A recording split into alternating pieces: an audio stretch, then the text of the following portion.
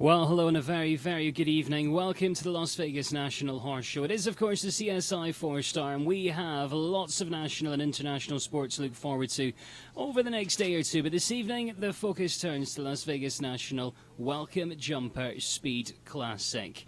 Welcome to this competition and welcome to Las Vegas.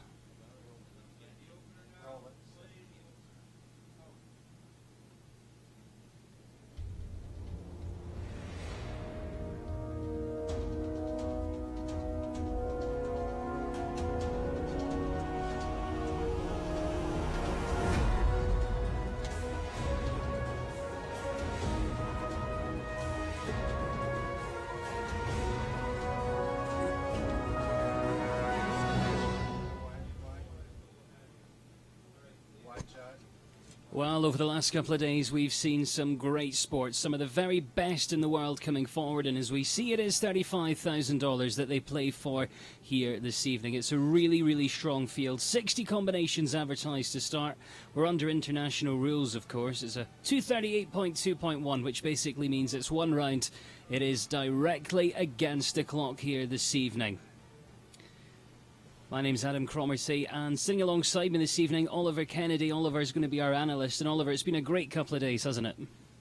The show jumping here in Las Vegas, we've had some excellent classes last night in our Markel class, a great class. We had a great Eduardo Mezes yesterday with a great win, opening it up and had the lead all the way through. And today, again, Carl Cook with a win in our FEI class was excellent as well. There's the start list tonight. There's an exciting group of riders started off by Calgary's Chris Serby, Mavis Spencer as well, Andrew Ramsey and Andrew Coker. And again, it is an exciting group that we'll be seeing here in our Las Vegas National Speed Stake. Here's the start order. We'll see just about 58 in the class tonight. Lubov Kachetova of Russia coming out in the ninth spot. Cara Anthony. Will Simpson, Olympic gold medalist, part of the U.S. team in Athens. Richard Spooner, always a fast rider, the master of faster. And then Eric Neve from France. Yeah, it's a really international field. We see Christian Heineken. He's been on top form. He represents Germany. Eduardo Menezes has already had a win in the opening days here. Keane White was on top form at Toronto last week. He's got to be one to look out for. And, of course, Enrico Gonzalez, never far away. Chris Serby's actually got two horses coming forward. He'll be getting us underway and then returning at around about the halfway stage in the competition. Who else have we got? Robin Dupont-Thal. Always a quick horse to have. Andrew Ramsey, he's got a great string at the moment. Zazu Hoffman's one of the young riders. She'll feature in the under-25s tomorrow. Kevin Babington, Sierra Eduardo Menezes returning with that fantastic horse, Karusha. Boy, that's been a great servant to him. Tina Yates, another of the young riders. Christian Heineken, Lubov Kachetova returning. Amy Hess, who we saw jump some nice rounds yesterday on this very stage. It really is a who's who when it comes to North American and international show jumping. And definitely as we get towards the end, some of the big names still in there. Carl Cook, as Oliver mentioned, he had a win earlier today.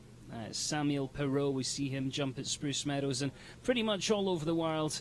Really strong representative here for the USA, and it is Paul Roback and Bliss Hears that'll finish things off for us here in this one-round competition. It's directly against the clock. They're going to be looking for the turns. They're going to really be looking to push on and try and get the fastest time possible to take that win.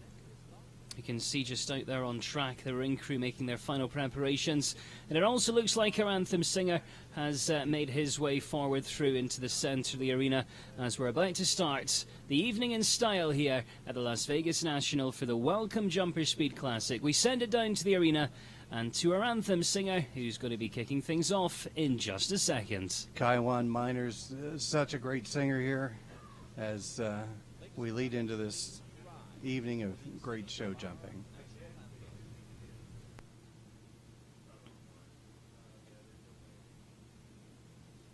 You got the audio for him? You get the house sound? Have you got the house sound on for this anthem? Eric, you got the anthem singer singing in the video? Come on, you need to sharpen up. Maybe the camera guy can keep the camera still.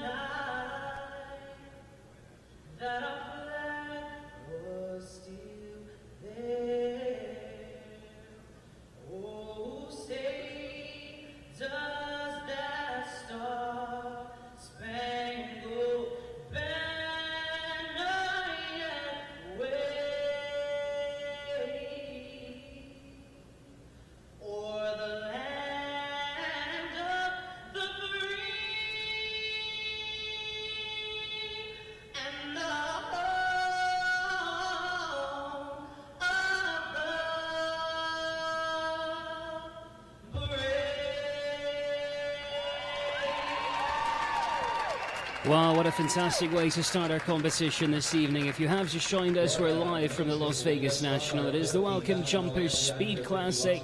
A great opportunity to see some of the partnerships that may just feature here on Saturday evening for the Longines FEI World Cup qualifier. And of course, you can enjoy the action of that one on FEI TV. But final preparations happening backstage as our first couple get organised, get their horses warmed up, and we'll see the first one coming forward in just a moment. It is, of course, it's been designed by Guilherme Jorge, who, of course, is a Brazilian course rider, course builder, who was out in Rio and did a fantastic job there. And already in the opening classes, we saw some great turns and stuff in the jump-off yesterday. Really looking forward to see what he has in store this evening for this one-round competition directly against the clock. That's Lyubov Kozhetsova there. She'll be coming forward to represent Russia a little bit later on. She's got a couple of rides in this one this evening. She really has been gaining some great experience at Spruce Meadows. We saw her at the Washington International Horse Show this year as well. And of course, a fantastic facility here at the South Point Hotel, Casino and Spa. It must be the only hotel in the world that has a 3-ring equestrian indoor facility all built into it. And of course, in addition to the equestrian facilities, there's a full casino, a full spa, a 14-screen cinema, bowling alley, ice cream parlour, 8 restaurants, only in Vegas. But the riders love it. They get a chance to really chill out while they're here, and of course when they're not riding. But they won't be chilling out tonight. They're going to be looking for the turns, and of course with almost 60 combinations coming forward, they know from the get-go they really are going to have to be pushing on. I'm sure as the days continue, the stadium will be full when it comes to that Longines FEI World Cup qualifier of Las Vegas on Saturday night. It is Chris Serby who'll be getting us underway in just a moment. Of course, he's just one of the riders that have a couple of horses coming forward here this evening. It really is a strong international field, so many nations represented. Oliver, do you think they're all going to be going for it tonight? Do you think we're going to see any that are perhaps just using this competition to give their horses a little look before that sort of bigger class later in the week? Yeah, we'll see a couple that do that, but we're also going to watch these guys. There's some that just go and they're going out. It's a $50,000 purse tonight. There's world ranking points up, and these riders are really going to take a shot, I think. Well, it's all to play for here this evening. This is Chris Serby who's coming forward. It's the 14-year-old mare by Shalan. It's Shala Karada. Of course, Chris Serby, based at Spruce Meadows, but sending so much of the winter season and the autumn. And in fact, he was out and about in the spring as well, but he travels over to Europe, he travels all over North America, and he really has been posting some great results. And in fact, in his hometown of Calgary, but at a different venue than Spruce Meadows, downtown near the Stampede ground, he finished third at the Royal Show down there. So it is Shala Karada who gets us underway. Chris Serby representing Canada. There's the bell, and Chris Serby off and on his way. Had a big win in the Derby earlier this year. Didn't he win the 6-bar at the Masters at Spruce as well? He did. He is Chris 6-bar Serby now. That was a fantastic competition. It's at the Masters. It's on Friday night.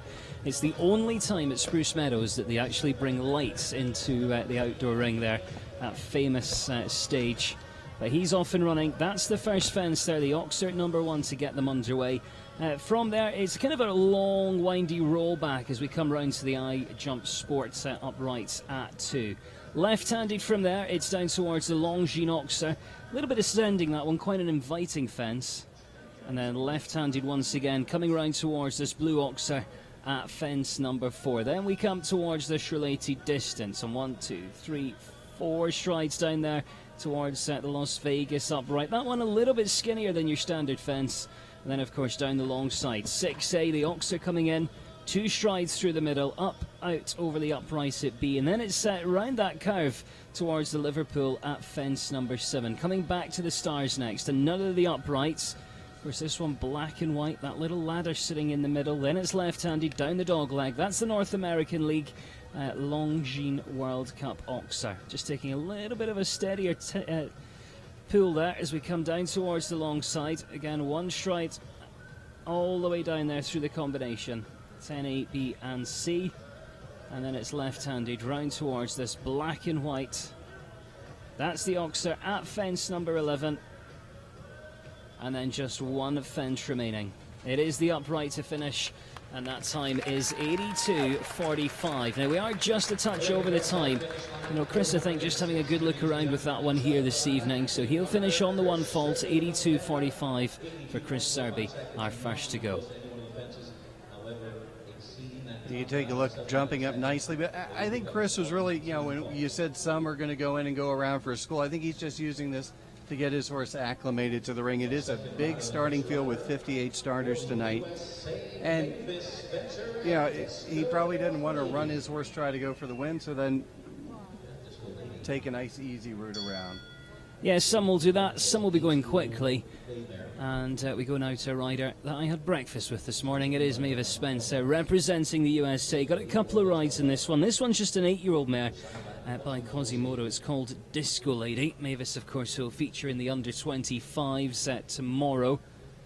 Such an unlucky rail yesterday. We saw her last night, didn't we? And she had such a great round, except that last jump. I mean, picture perfect, everything you want to do, and then it all kind of came to right apart at that last jump.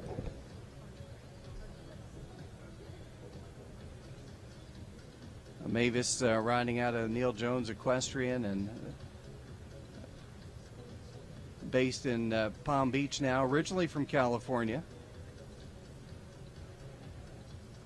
Made her first tour back out into California after working for Kent Farrington for a long time, and then went to work for Neil Moffat, riding horses for him, and then to Neil Jones Equestrian, the big sales operation. And she gets to ride a lot of different horses that come in through the barn. A little more pace than we saw Chris Serby carry. Yeah, you can see she just uses the room around the corner just to balance and establish.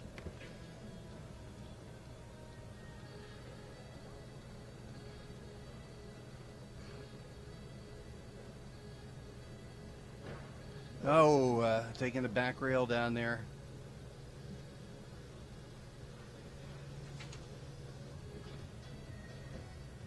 Adjust the 4 from B of the triple combination for Mavis Spencer. And she finishes the timer 73.54 on 4 faults. Yeah, as we said, you know, she's been so unlucky yesterday and again today. I'm sure we'll be able to have a look again through the combination and the replay, but Mavis still got another horse to come a little bit later on. Really scopy over the Oxer. This is a really nice 8-year-old, and bad luck for her last night. Tonight, not a rider error, just a bit of bad luck with that rail and the triple on the back rail of the B element of that Oxer. Well, Peter Pechnig comes forward next. Again, he's got some great horses out and about at the moment. He's got St. Quentin, he's got Del Accento, and he's got this one. It's called Colour Your Life. We saw it at the Del Mar during their Fairground World Cup tournament towards the end of October, I think it was. Had some good placings there, but a little bit unlucky start there. Early on, takes down a rail.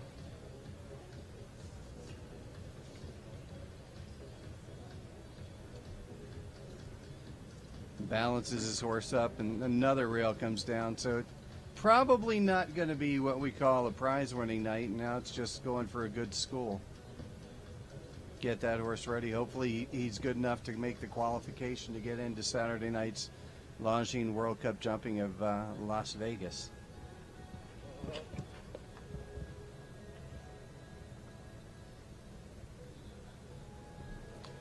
Oh, another rail down. Kind of stalled off the ground there. Getting a little bit sulky.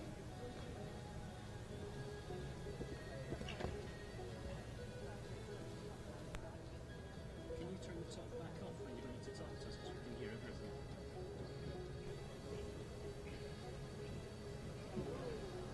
Oh, picks up another rail. Yeah, I think just sort of came in there in a bad stride.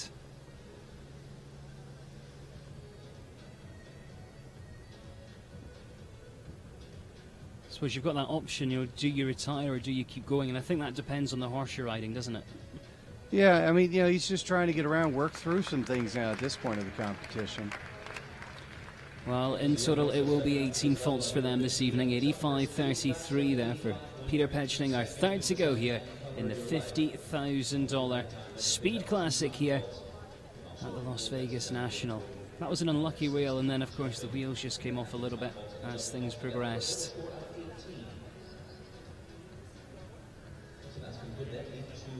Well, not the outing that Peter wanted, but well, we're about to head to a man who's had a very good day already, having a win on this stage and one of the international competitions a little bit earlier here this afternoon. Different horse, of course. This is Kalu. Carl Cook with that classic picture there, his profile picture. We've seen him have some really good placings with this at Los Angeles. Took them down to Long Beach for the LA Masters. Also at Del Mar, top 3 finish there during the World Cup show. Will he be our first clear? Great test tonight from Guilherme Jorge. Well, speed class earlier on today, he was a victor in the two-phase competition, our power and speed, and now we kind of got a little deep there. Worked out well for him, though. Trains with Eric Neve, the brilliant French rider. This horse likes the deep spot.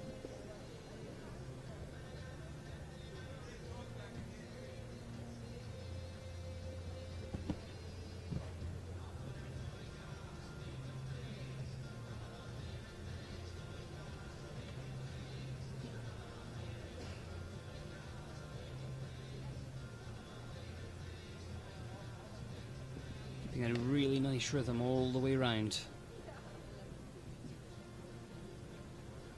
One thing you want to be as neat and efficient around here, but in a table A speed, being clear is really the most important thing. So you want to be clear and precise, efficient with your ride, but not like in a table C where you'd really be just going flat out. Yeah, he's not in it to win it tonight, but he's going to post a ride that sits just over that time, 79.30. So finishing on the 1 fault there, Carl Cook representing the United States of America. But we'll get to see him, and we'll get to see that picture once again a little bit later on here this evening. He is the best we've seen so far. The fastest of our one-time faults. Really scopy horse. You got to love Carl's headshot.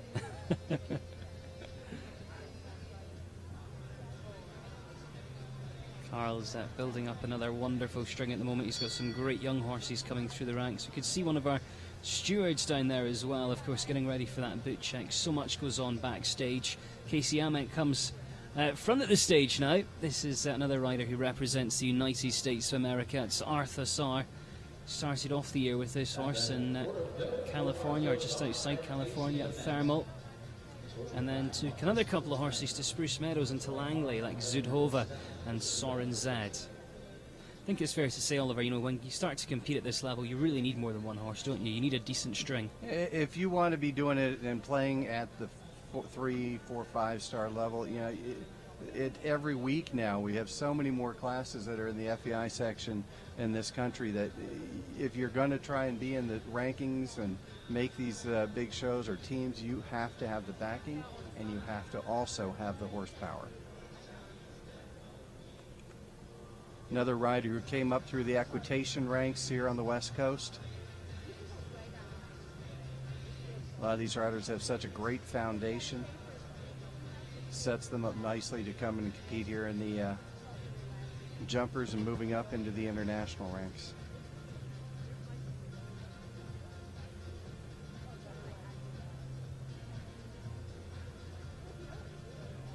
Again, she's just keeping that nice consistent speed all the way around.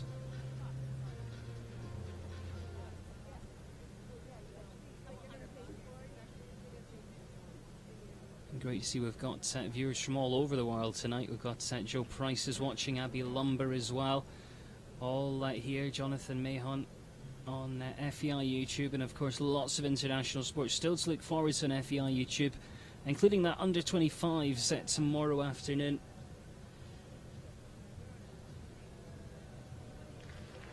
And she does finish within the time, 77.68, so of course she goes into the lead at this stage, time-wise, but has that late rail, so she will finish on the 4, and that slides her from the lead down into 4th place. See the replay jumping in, just catches the hind rub over that B element of the triple and lowers that down for her only rail on the course.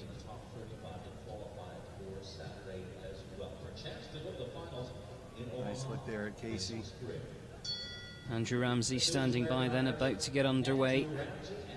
Again, he's got a couple in this one this evening. This is the first of the rides, though, the 10-year-old gelding by Staccato, Chinook on the dam side, and it's the horse called Stranger. Andrew representing the United States of America. Well, and he has no stranger in his corner helping him out down on the ground here and giving him his advice, in George Morris.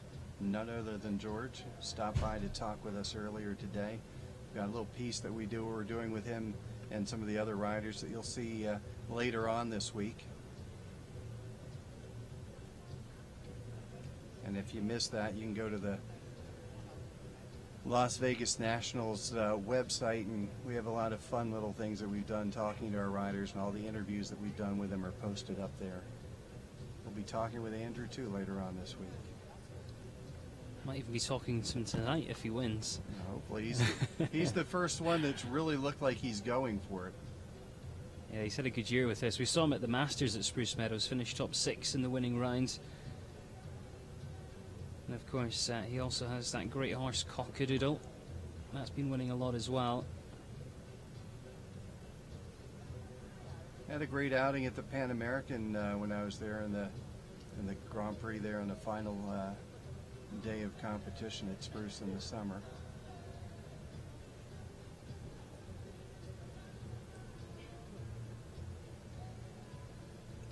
So it comes round to the last. Oh, little tap at the last. 74.87 is the time.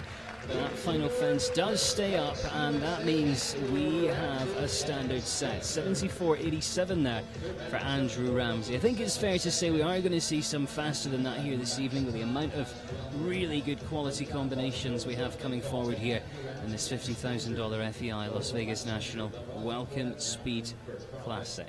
Going to be quite happy with that, though.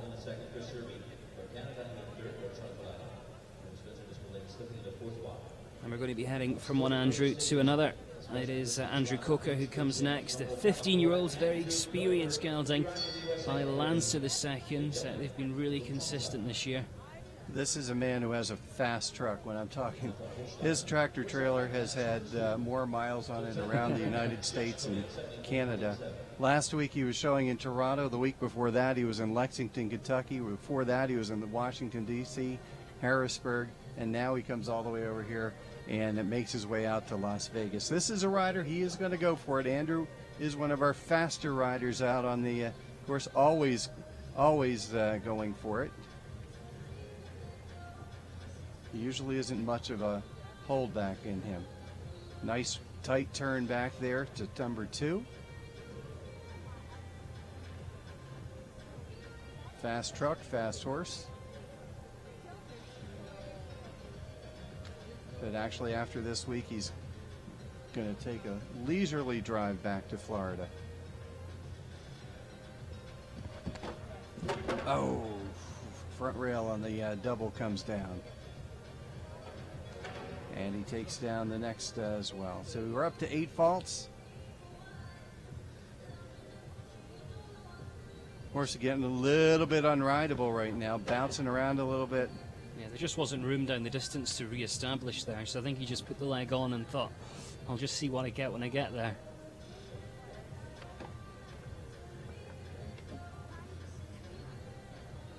Made it into the jump off in the World Cup qualifier during the National in Lexington. Takes another down. He's up to 16 now, heading to home. Let's have a look then. It is 76.52. Andrew Coker and LeConte finish on a total of 16 faults. Liam Buckley's watching tonight, who says George Morris was helping Andrew at Thunderbird this summer. He walked into George accidentally. He was mortified. Andrew Ramsey leads the way. It's Carl Cook second, Chris Serbian third, and you can get involved with the conversation on YouTube, or of course heading to Twitter and using the hashtag the Las Vegas National. That's how you can get involved this evening with any good luck messages or anything really. If you want to ask a question, do get in touch. But 74.87, that's the time to beat as we head to Ireland next. Kevin Babington joining us with this 11-year-old mare by Staccato Gold Sharaper, and it's a horse that Kevin really knows inside out.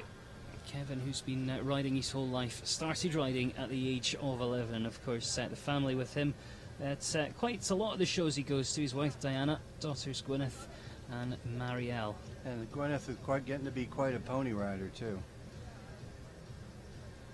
Kevin had a good week last week, winning the Grand Prix at the 4-star in Thermal. And this is a horse that he's had great success. He won the Longines, or won the Grand Prix at the Hampton Classic a couple of years ago with this horse, and one of his top two. This and Mark Q, kind of the top of his string of horses. And of course he's got 007 now as well, just starting to push its way up through the levels. He didn't come all the way from his base in New Jersey to in the Pennsylvania, New Jersey area to go for second place. New Jersey, Ireland.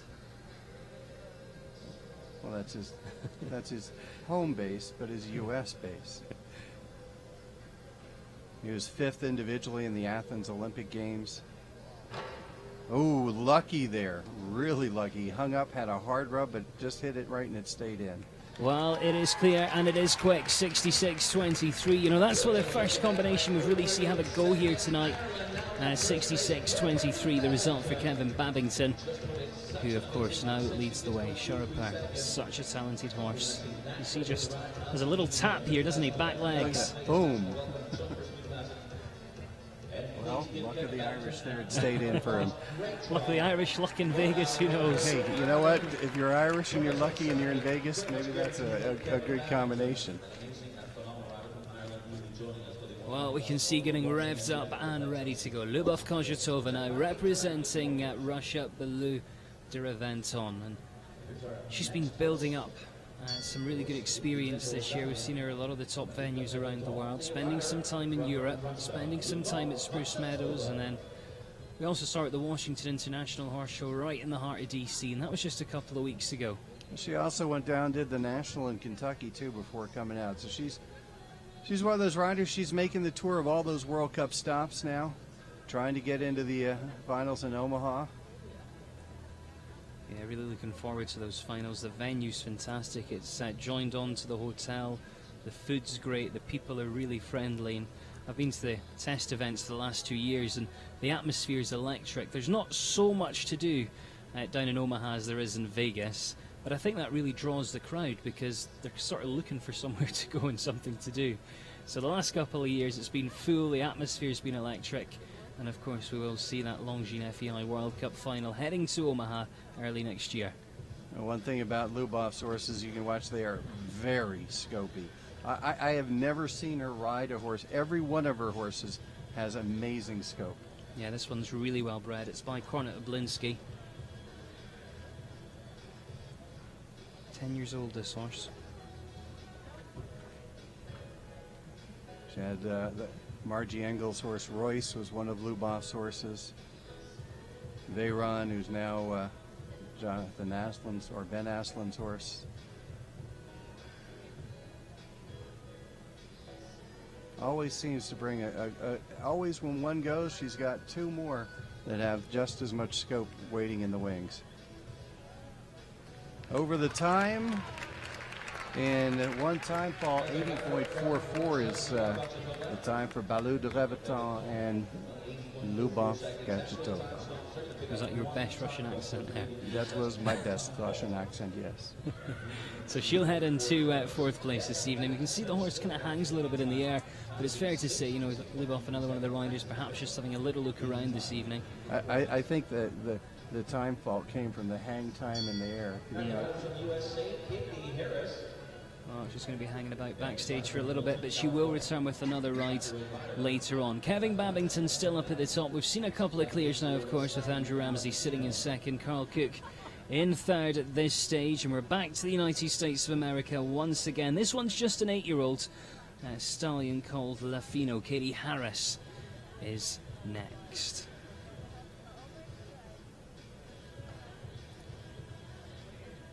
Horse that finished top 10 in the 3-star World Cup qualifier at Langley. Doing well in Del Mar a little bit later on in the year as well.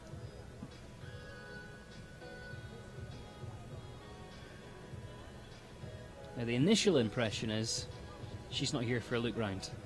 No, just that those rollbacks in that first set.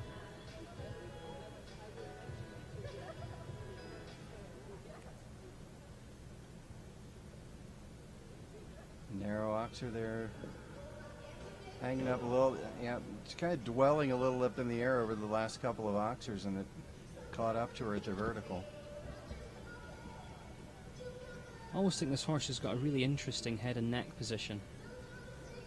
It's almost like it's sort of fixed on if you watch it, you know, as it comes towards the fence and even over the fence. It seems to have a really long neck. Front rail comes down over the North American League fence. It just looks a little bit on the forehand there.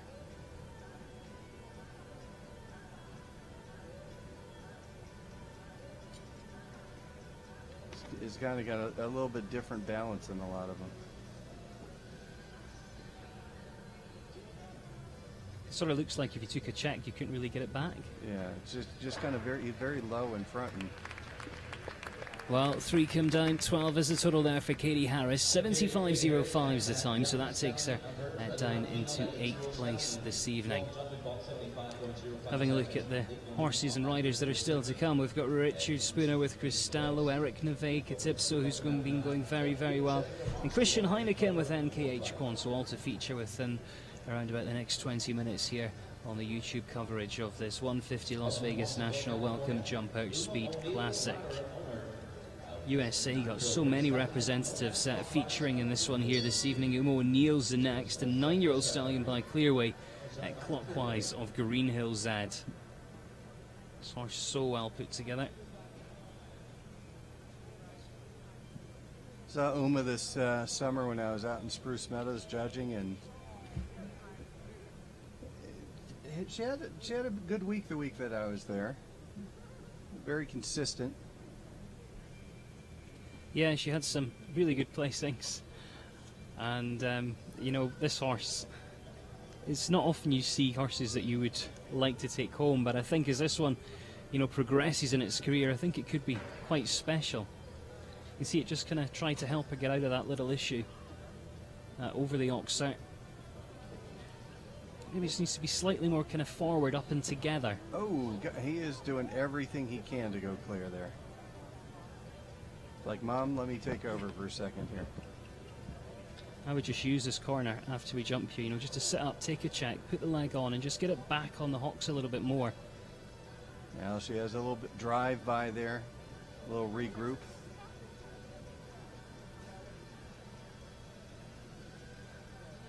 It's a big, powerful horse, and you really want it sitting back on the hocks. We have had a bunch of them kind of sticking off the ground like tonight. This isn't the first one that we've seen this with. In some horses like this one, you know, they're used to be jumping outside pretty much throughout the season, and they come in here and you've got the arena boards, you've got the video boards so close, the crowd so close, and they can get a little bit of stage fright. But you see, when he gets that balance, you know, he's really scopy, really nice through the combination. Hard rub behind again, hanging up and just not really getting across the oxer. I think that actually came down, that oxer. Yeah. Keep your eye on that horse, though. I really do think it's special. 16 faults to the total tonight, though. 94.68 in O'Neill and clockwise of Greenhill Z, or Z as you would say. Niall Nasser standing by. He represents Egypt. He'll be going next.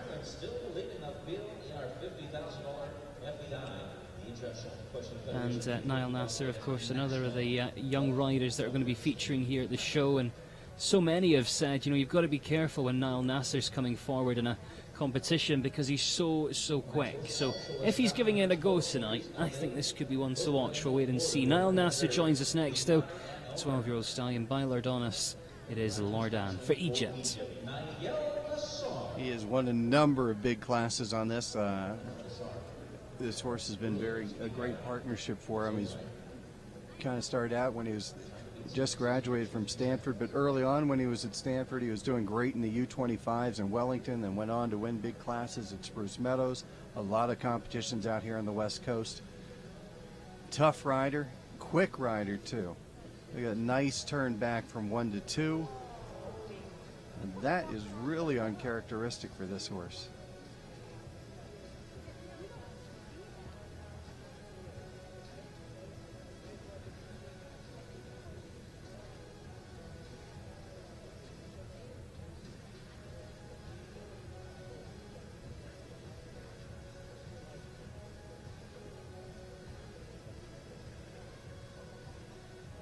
What do you think happened there as it came round towards the second? I just don't think the horse got its eye on the jump, really. I mean, this horse doesn't have a dirty stop, and it just was really tight, trying to be really neat around the turn. I just don't think the horse got his eye on the jump.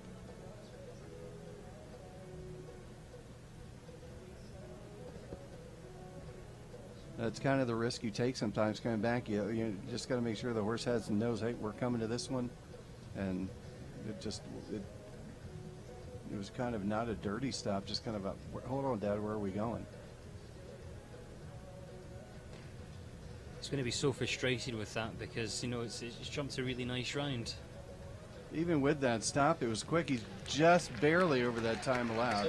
79.2. Yeah.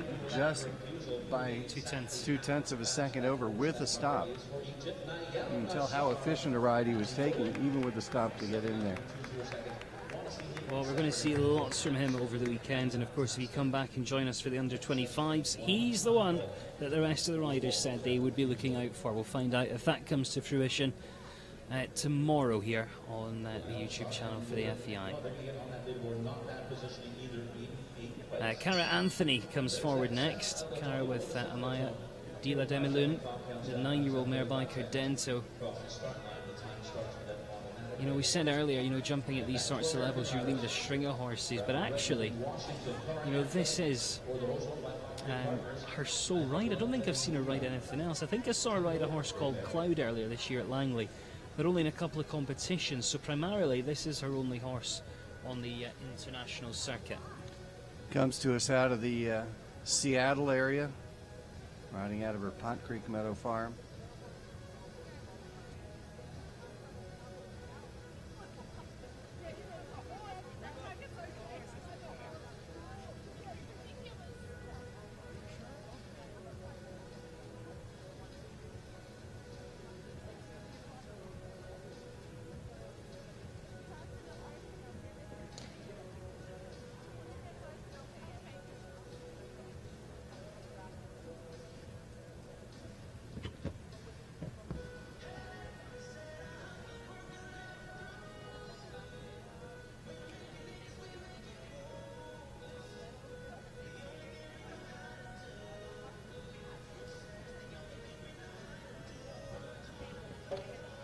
Little tap on the way in there.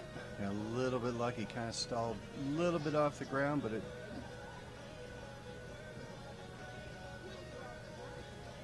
Got really good breeding this one. It's Cardento the sire and also Darko on the dam side. So genetically very well put together. Going to just be over that time slightly. Finishes in 79.99, so just the one-time fault. And we have a look at our leaderboard of the one-time faults, because we've now got 4 of those. And that just slips down and goes into 4th place, into 4th at this stage. Top 3, Kevin Babington, Andrew Ramsey and Carl Cook. It's Ireland leading, USA 2nd and 3rd at this stage. On that replay you really saw when she had that rub coming over the North American League fence, you could just see the lettering on the rail just going up and back. Just hit it just right that it didn't roll out of the cups. Yeah, Rose W said it's very synchronised and reminds her of Carlucci with Patrick Seaton. Right, let's take a look. This looks like Will Simpson.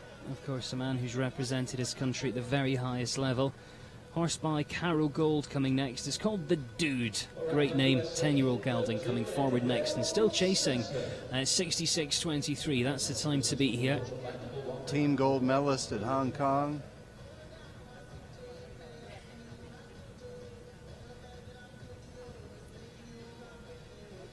Will is a journeyman, been around for a long time.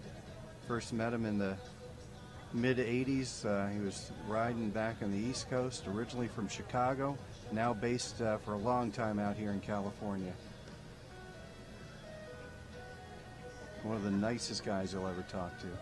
Yeah, great trainer as well. Up, front rail of the double coming down.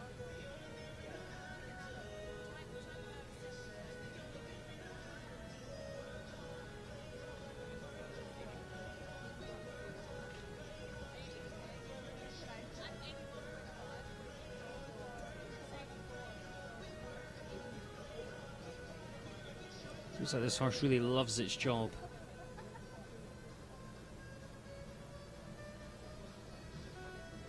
Will's always been really good with little quirky horses, or difficult. He just always figures them out. 72.99 time-wise, it was good enough for 2nd, but of course with that one fence coming down, that's going to push them down our leaderboard and heads into 7th place for now. Have a quick look here. Barely touched it. Just caught it lightly on the way up.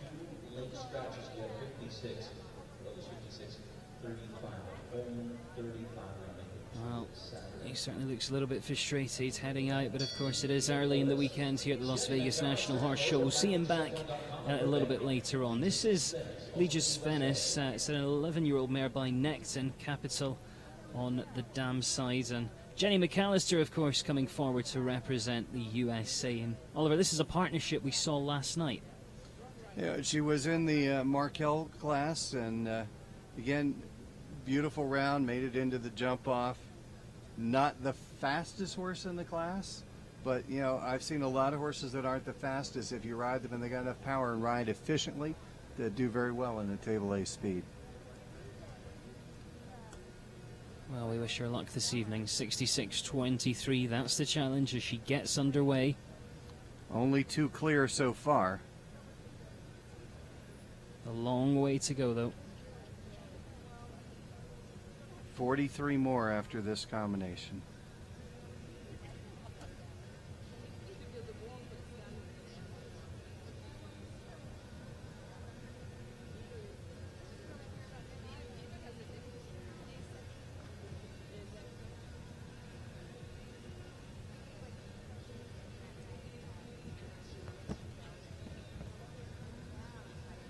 Nicely through the double. Not blazing, but catching it all in stride. And Kevin Babington right now looks like he's going to be hard to catch. But North American League, that front rail has come down a bunch of times so far.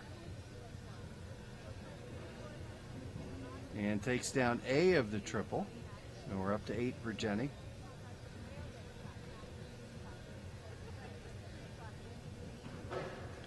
And the back rail there coming down to 12. Well, she clears the last. It's finishing on 12 there. 76.70 the time for Jenny McAllister. And Legis Venice slips down into 12th at the moment. So no change towards the top of our leaderboard.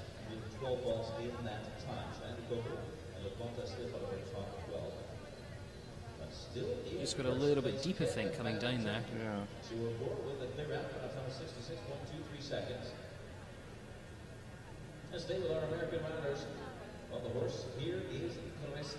Well, we continue on down our order of go here this evening, and Richard Spooner standing by in there somewhere with Cristallo again, another representative, of course, of the United States of America.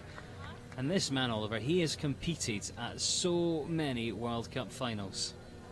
He has spent a lot of time. It was dominated the California scene for a long time. Went to Europe, based out of Europe for a long time. Did very well over there. Was very successful on the Longines Global Champions Tour, and one of the big-time money winners at Spruce Meadows over his career. But this is one of the partnerships that have been very good for him over the past few years. Yeah, definitely. This is one he's taken to 5 World Cup finals, this horse here. 2 here in Vegas, Gothenburg, Geneva, I think it's Leipzig, and just hung up there over the Longines Oxer and brought that back rail down. And to the 2012 one in the Netherlands as well.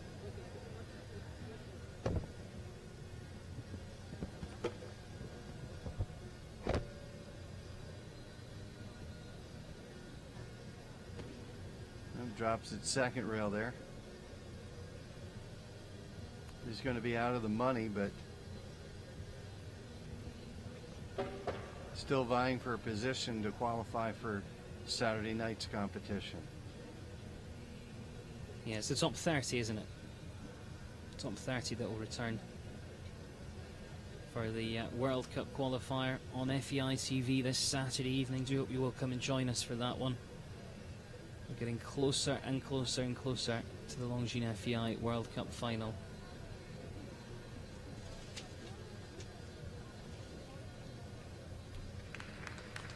Oh, he comes home on 8, picks up a time fault as well for 9 in a time of 79.97. Of course, on their day, they are one of the fastest partnerships. But after having those couple of rails, I think just steadied down a little bit, re-establish things and get it back in the rhythm. You see that happening just round the corner there on the replay. But Kevin Babington leads for Ireland, Andrew Ramsey second for the USA, Carl Cook for the USA once again heading into 3rd place. Well, we saw Carl Cook, as you said earlier on. Well, here's the man who trains Carl and kind of guides and is working with him through on the ground here. This is Eric Neve of France. Katipso is his mount. Former world champion, winning the World Equestrian Games, top placings in the European Championships individually and team.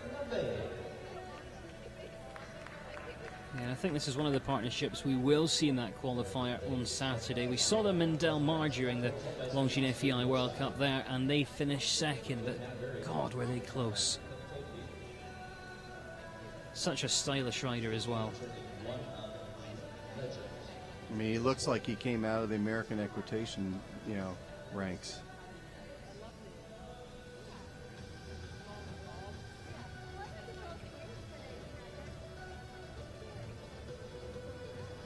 Amazing balance, just stays out of the horse's way, right in the middle of the horse's back.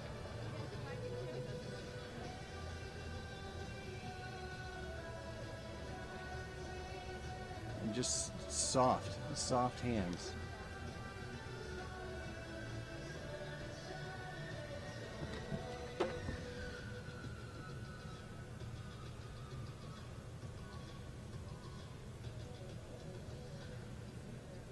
Nice turn back there.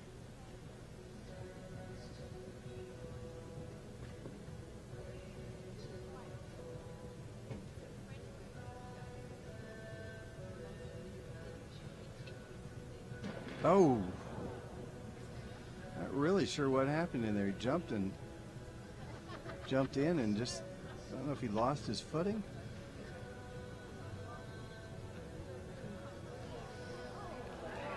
Interesting line down towards the last. Finishes on the 4. Time-wise, it's very good. 66.96 for Eric Nevet, representing France. So he goes down into 7th place. I really hope that's good enough to get him qualified for Saturday. It just must have gotten in there from the angle we're looking at. It's hard to tell. It looks he just got there a little bit long to be.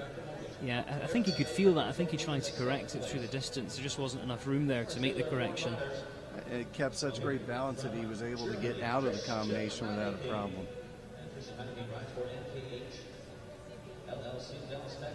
Liam Buckley has been picking up on what you were saying, Oliver, to say that, to be fair, the American equitation style was born from the French system. There you go. Well, I think it was a little Hungarian system too, and a little of everything. It's kind of the best parts of all of the different riding. All melded together. Yeah. On track and already underway, though, is Prado K. Bliss Hears is in the saddle. Again, being quite consistent with this horse. It's 13-year-old, and as the name suggests, by Prado. In fact, that looks a little bit more like Christian Heineken. It is. With the 10-year-old by Kidam Diraval, NKH Quanto.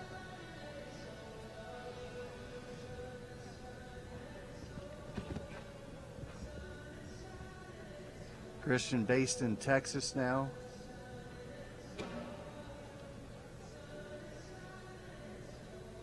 He and his wife Erin traveling the country, competing with their daughter. He's been over here for a few years now, hasn't he? Been here for quite some time, yeah. A regular on the West Coast Midwestern tour.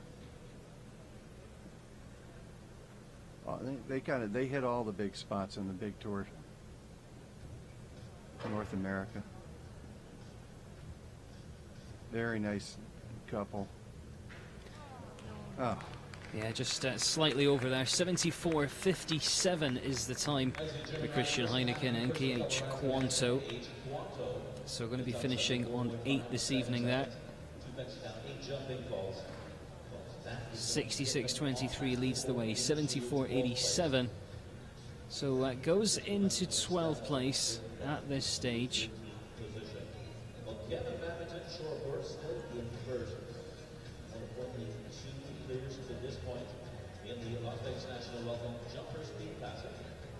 As Christian heads out, we're going to be reversing back to Bliss Hears, and as you will know now, this is Prado K by Prado.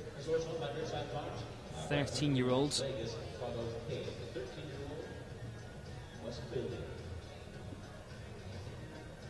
This year's a great young talent.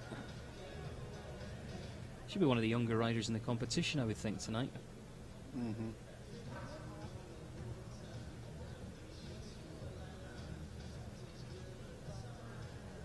So only 2 so far have broken the 60-second barrier. She takes down the early fence here for 4. Yeah, just got a little bit flat, I think, coming in there. Didn't really rock back on his hocks and jump over that one.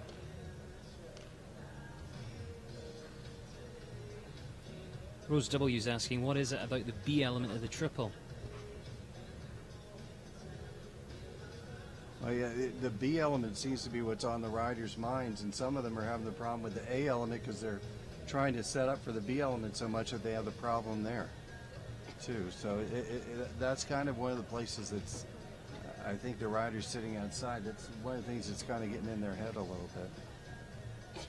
Yeah, I think so. And Alison Gray as well saying, plus sometimes the horses are looking through C, or the riders thinking about C, and that perhaps causes them to override B. Well, and B is sitting right in front of the big Jumbotron in there, the big screen.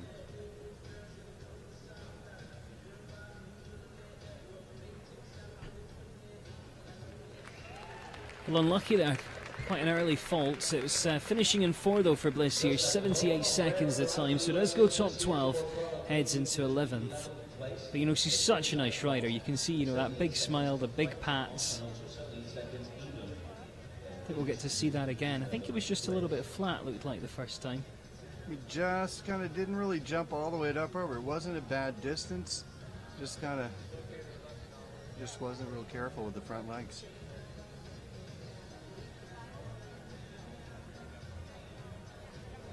Someone on the YouTube feed this evening saying Bliss is engaged to Philip Weishaupt. Yeah, didn't know that. I know, I do now. Yes, now you do. I do, it's an education. Thanks, Alison Gray. Got all the gossip. 66.23, still the leading time here this evening in the Las Vegas National Welcome Jumper Speed Classic. So much still to look forward to in this one this evening. Just having a quick look down at our top few. Kevin Babington leads the way, Andrew Ramsey second, Carl Cookson third, Cara Anthony fourth, Lubov Kojetova in fifth, and Canada's Chris Serby currently sitting sixth at this stage. Long way to go though. Eduardo Menezes standing by, about to be getting underway with this 9-year-old by Shaco Blue. Converter lines in there as well, and it's a horse called Catalina. Eduardo really has produced some nice horses over the years, hasn't he? Yesterday's win that he had in our opening class for the FEI, went first in the class and led all the way through in the power and speed competition. And there was about 60 in it or something, wasn't there? I mean, it was a long competition. Everybody was taking a shot, but they couldn't catch him.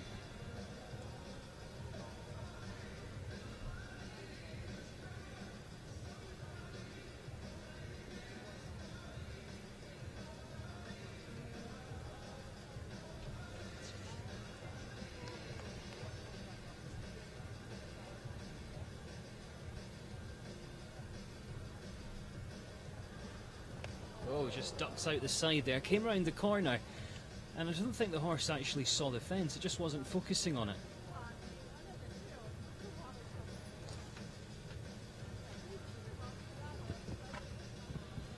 And of course, that's just one of the competitions we're going to see here on the FEI YouTube channel. The next one is noon on Saturday, and then of course we've got the FEI TV coverage of the Longines FEI World Cup qualifier to look forward to on Saturday evening.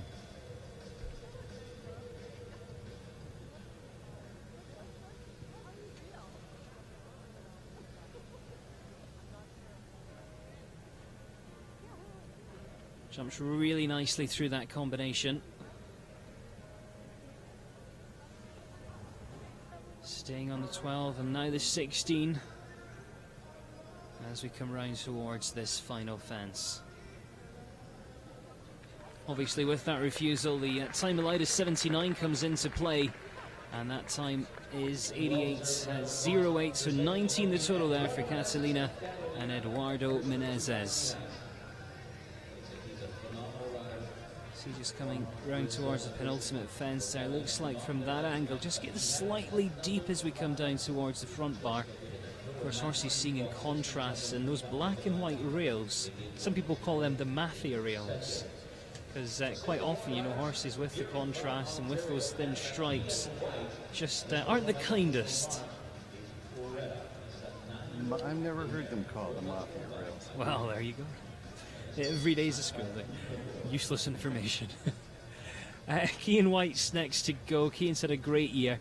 For the first time ever, he entered the top 100 on the Longines FEI World Rankings. He's overjoyed about that. And of course, about the string that he has at the moment, this one by Lupicor with Clinton Lines. It's correct, the 9-year-old mare. He's had a busy couple of weeks. I saw him at the Royal Winter Fair in Toronto last week, showing there with for Freedom Z, and with this horse as well. Have truck, will travel. Yes. And Cian never here to make up the numbers, never here to have a look round. If you're going to drive all the way from Toronto to Las Vegas, you better come to go for it. Ah, Ooh. they're a little bit long over there. Hung up there, caught that back rail.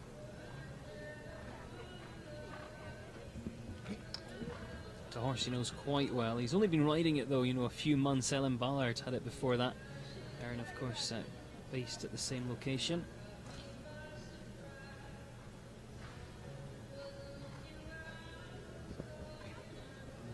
Aaron rode the horse Appy Cara that Kia known last year. It was sold to Argentinian rider Ramiro Quintana, who rode it for the Argentinians in the Olympics.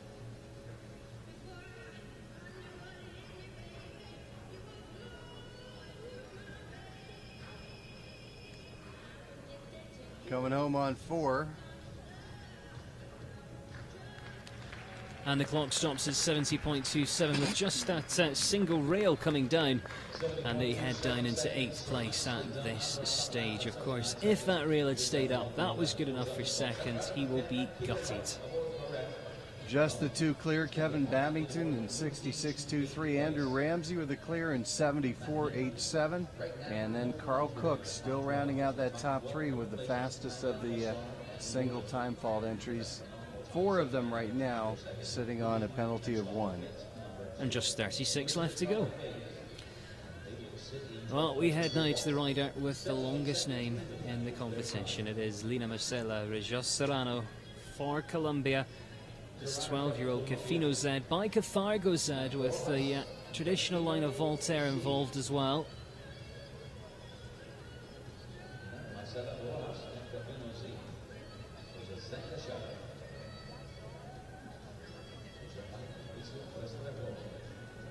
Competes a lot on home soil. We've seen her in Europe on a few occasions as well, and already underway at really good speeds.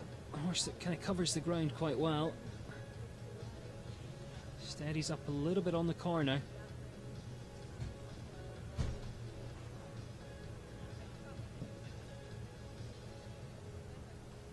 (66.23). That's the time to beat here this evening.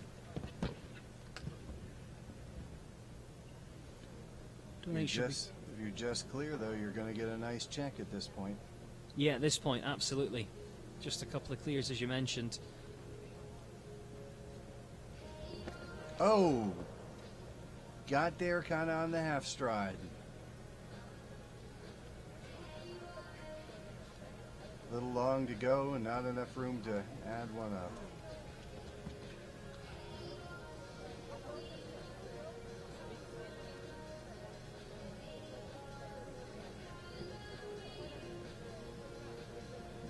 Through the triple.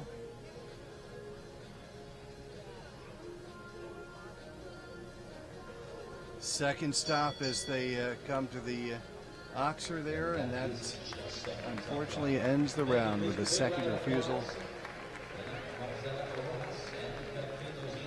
Yeah, sadly, I mean, it's an elimination tonight, but we've seen her do some great things, and that's frustrating because, you know, for the first half of the course, she was moving forward, the horse was covering the ground, she got some really nice turns, and the kind of wheels came off near the end. But that's show jumping, isn't it? It's such a leveler. Up one moment, down the next. Enrique Gonzalez will be coming forward next then. And this one's just a 9-year-old, but still picking up quite a lot of experience on the international circuit in the early stages of its career. By Shaco Blue. Enrique, a longtime member of the Mexican team, has represented them in many, many, many Nations Cups.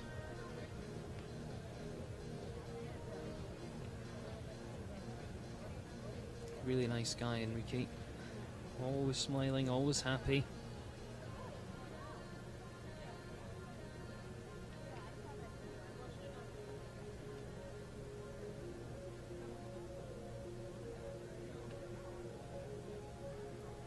We're off and running already.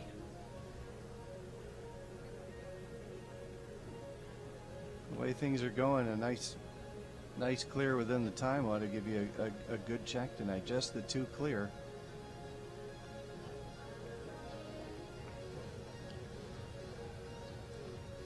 Some really quick ones to come towards the end as well.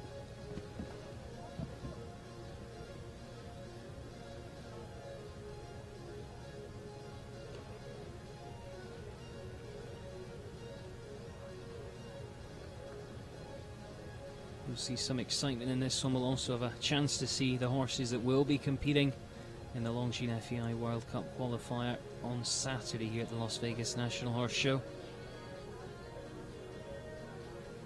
Nicely through the combination.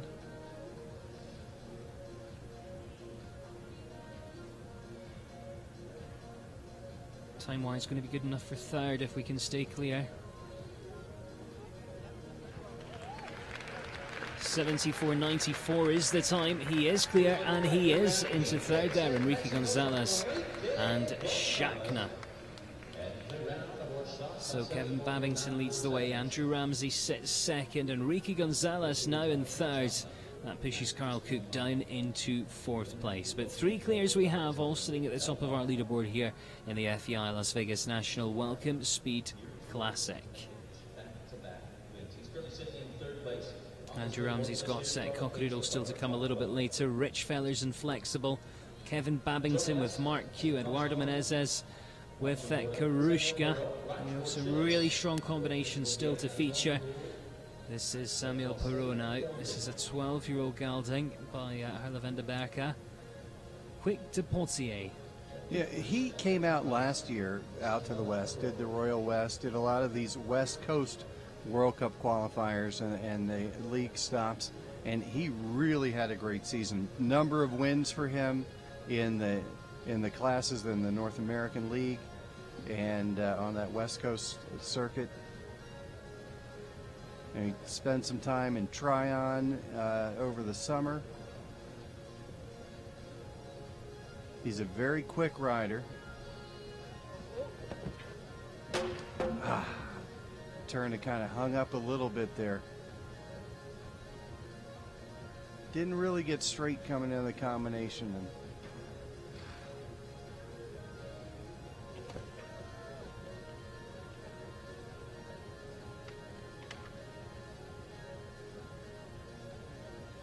his son has been working with Allison Robitaille at her Newstead farm in Upperville, Virginia, Samuel Jr.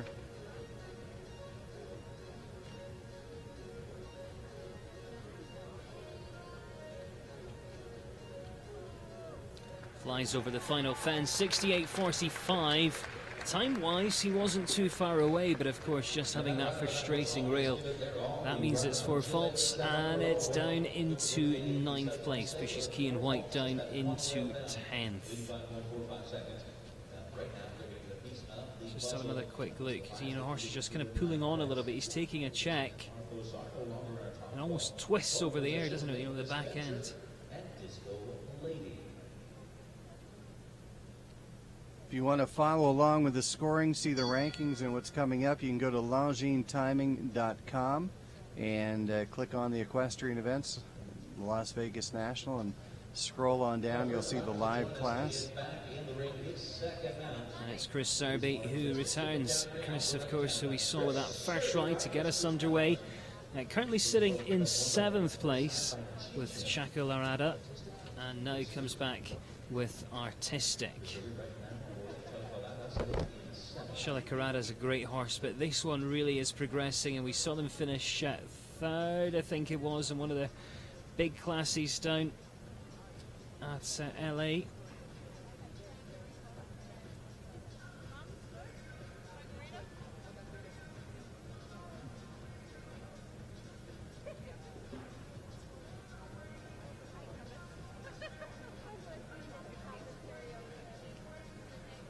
Chris got a really nice string, of course, won by the team at Spruce Meadows. Training with Kelly Cosbricks.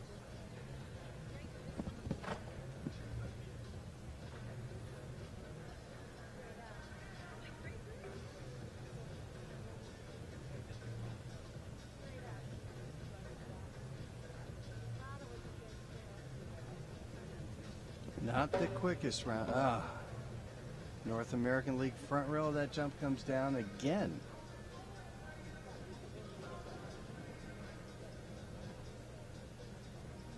And I had a chance to walk that line before the competition. It just seemed ever so slightly long. That and B of the triple are kind of the 2 bogey fences right now, and A of the double. And it is just that Oxo that falls, so 4 faults and 78 seconds there for Canada's Chris Serby and Artistic. So heads down to 14th. Equal 14th right now with Bliss Ayers. Identical times of 78 seconds. They are No change then. Kevin Babington still out in front. Loads to come though, and Harley Brown joins us now. Certainly no stranger to this wonderful event. He comes forward representing Australia. 12-year-old gelding by Granix. Got some Keelan de Revel blood in there as well. Harley spends a lot of time coaching. Now based in California with his wife Olivia and children Zoe and Dexter. And this is the horse that went well for him at Del Mar. Very similar competition there at 3-star level though, finishing in the top 6. It's also the horse that he's been campaigning in the Longines FEI World Cup qualifiers. I think this North American League's been so good for North American show jumping. And it's also forced, you see so many other FEI competitions that have jumped in here. Every year we're gaining more and more competitions on the North American Tour, and it's really helping pump our riders up into the top of the world rankings. We have 2 in the top 10 right now. 3rd and 4th in the world rankings. That'll be McLean and Kent. McLean and Kent, they've kind of been swapping places here for the last, every month kind of pops one to the other to the top.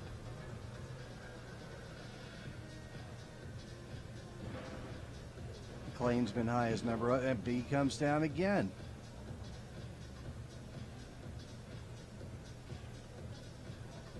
It's giving them all kinds of problems today.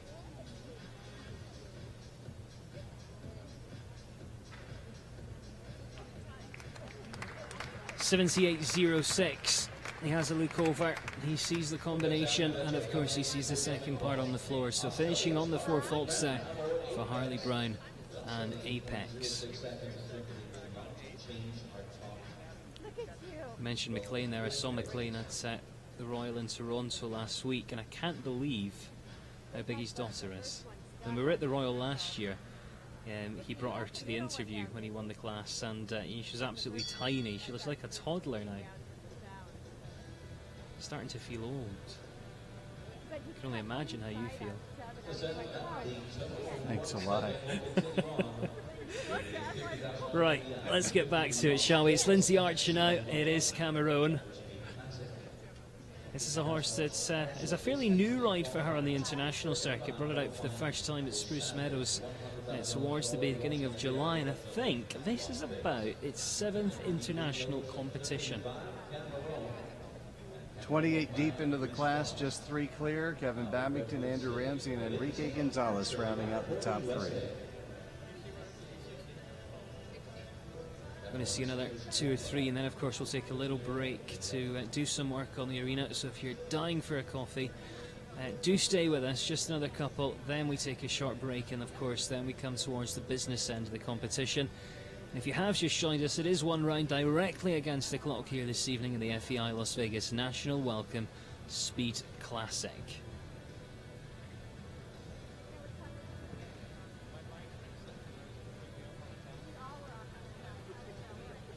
Alison Gray's asking, which arena is it in? Is it the same one that's used for the World Cup finals?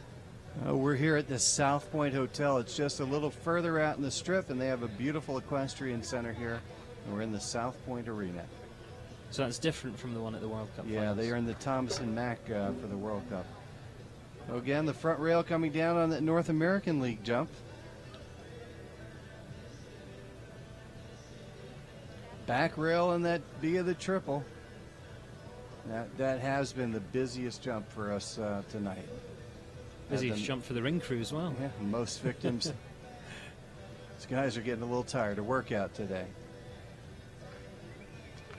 A couple down there for Lindsay, 76.06, but considering that's her 7th international show with that horse, I really can't complain too much.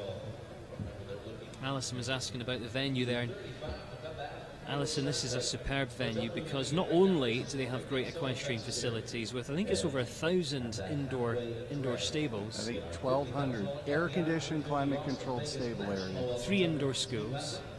Then you get out of the equestrian centre, you go down an escalator. Do you call them escalators here? Yes, we call them escalators. Just checking. And you're met with a casino, 14-screen cinema, bowling alley, 8 restaurants, ice cream parlour, coffee shop, and of course it is a hotel as well. What more could you possibly want? There's the standings at this stage though, and it is Kevin Babington and Sherpa who lead the way, 66-23. Andrew Ramsey sits second, with Enrico Gonzalez in third at 74.87 in second, 74.94 currently in third place. Still just 3 clears. I think we're probably going to see about another 4 or 5 clears, you think, as things progress? I would think it might take it. I think that we might see the single time falters hang on for a while in the ribbons, but I think down towards the end, we have 4 with a time fault right now, and that takes us through 7th place. With the 3 clear, we might see maybe 4 or 5 at the most. Hopefully those ones with the time fault who just missed it can hang on for a check tonight. Phoebe's saying, I think the course designer tonight is Michelle Valancourt, but it's not. So while we take the break here and refresh the footing, let's give you a little recap of who has gone so far in the first half of this competition. So take a look here and watch our little replay here of our montage of the first half of round number 1. Yeah, we can see some of the best riders. There's Cian White during his course walk. Of course, this course designed by Guilherme Jorge, who's responsible for the Rio Olympics this summer. He did a tremendous job there, and already you can see he's a real thinking course designer. He builds tracks that really makes the riders think. There's Andrew Coker, who went early on, Cian White, Lubov Gachetova, and now we take a look at the first half of this class.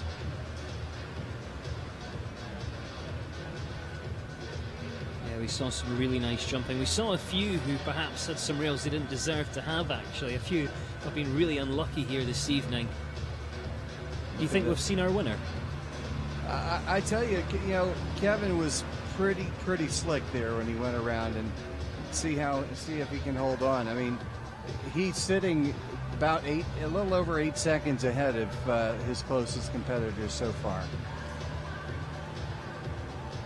Some great young talent, of course, as well. And we can see the ring crew who do such a tremendous job here. They work from early morning to late night, and they're doing some work. Now, Oliver, we mentioned Kevin Babington. We mentioned the fact he's still leading. Why don't we have a quick look and just see how he did it and how he is sitting on the top of our leaderboard. This is the one the riders are chasing.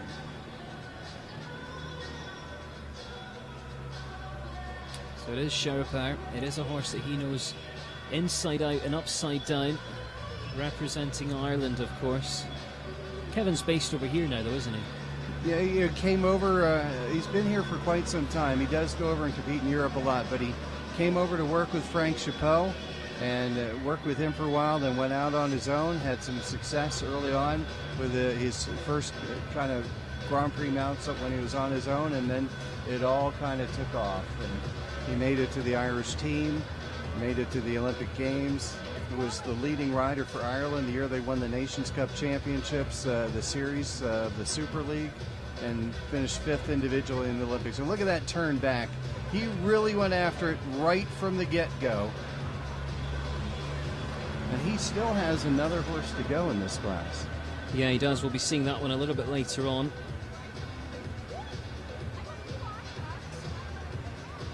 Very neat, very efficient all the way around. He did have one really lucky rub. But sometimes that can help if it doesn't come down. Yeah. Get him just a little bit sharper. We're going to see him with Mark Q, as you mentioned. That comes around about 12 horses time. Came kind of blind turn off of that to the triple. He made the triple look easy. Yeah. But right here, you're going to see this rub on the back rail. Boom, it shook, it stayed in. And then to that last jump. And he sits a little more than 8 seconds faster than the second place horse. He's a great athlete. He's got some great horses, and Mark Q will feature a little bit later on. So that's the one they're chasing, and there are 30 more riders to go trying to catch Kevin Babington's time.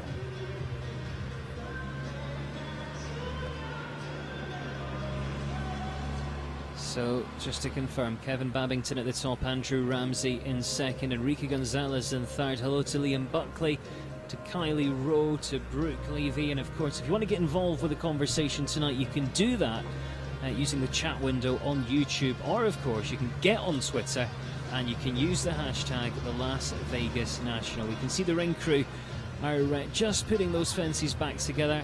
We're going to be about a minute or two, and then we'll be back underway here in the FEI Las Vegas National Welcome Speed Classic. We're going to catch our breath, and we'll be right back in just a minute.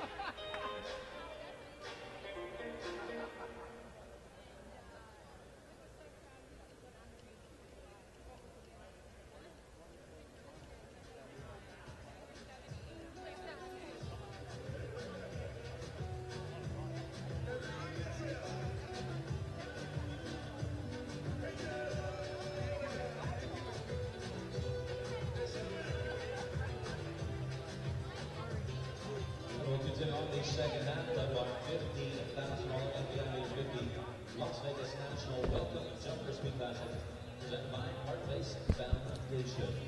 Welcome back then as we pick up the action here in the FEI Las Vegas National Welcome Speed Classic. I'm Adam Cromarty, Oliver Kennedy sitting alongside me here this evening, and Carrie-Anne Boyce Lockhart comes back to get us underway. In case you've just popped in and joined us, it is Kevin Babington out in front, and 66.23 is very much that time to beat. Pharaoh DC, the 11-year-old by Darko.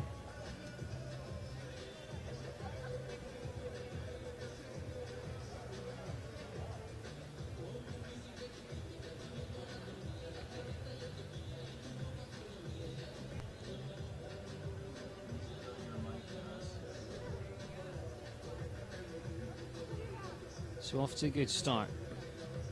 Just popped in an extra stride, I think, as we came down towards that Longines Oxo.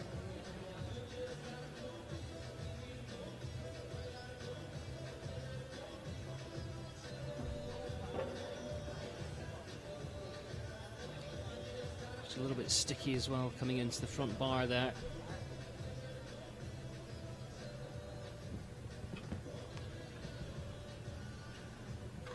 Takes the B. I think that might be the first time the B elements come down, and there's the stop. And the tone sounds a timeout. They get the 4 for that refusal. Add 6 seconds to their time. When the tone comes back on, that'll indicate they can proceed back on course. The fence is reset. And when the horse's front legs leave the ground, the clock restarts. It's amazing. It's like you've done this before. I think so. You even know the rules.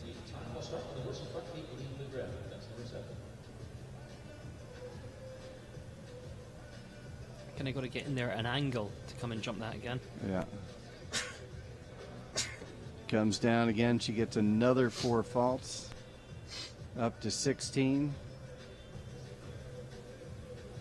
And now it's just trying to regroup and make the rest of this work out.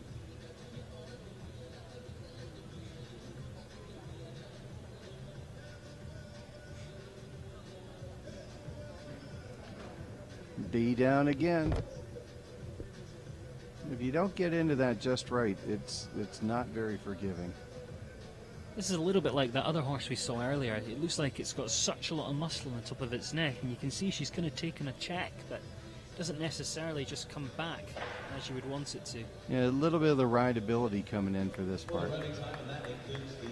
32 then. 32 is the total. 93.71. So she was off home now to try and correct what happened in the ring today. What sort of things could she do? What sort of exercises?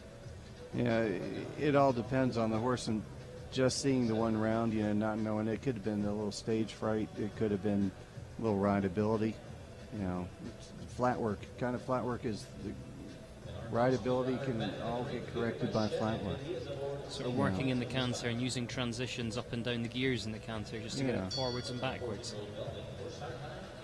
Just looked like she didn't have him coming back when she wanted and moving forward when she needed. 66.23 lead, 74.87 sits second, 74.94 in third. It's Ireland in the lead, and it's the USA in seconds. This looks like Peter Petchning coming forward now with St. Quentin. Peter's second horse on track, of course, by Kiram Di Raval.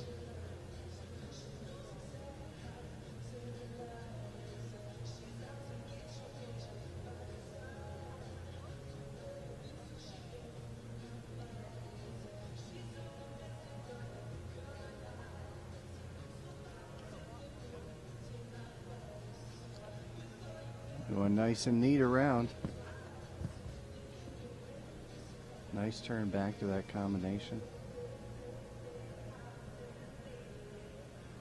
He's got so much experience, this rider.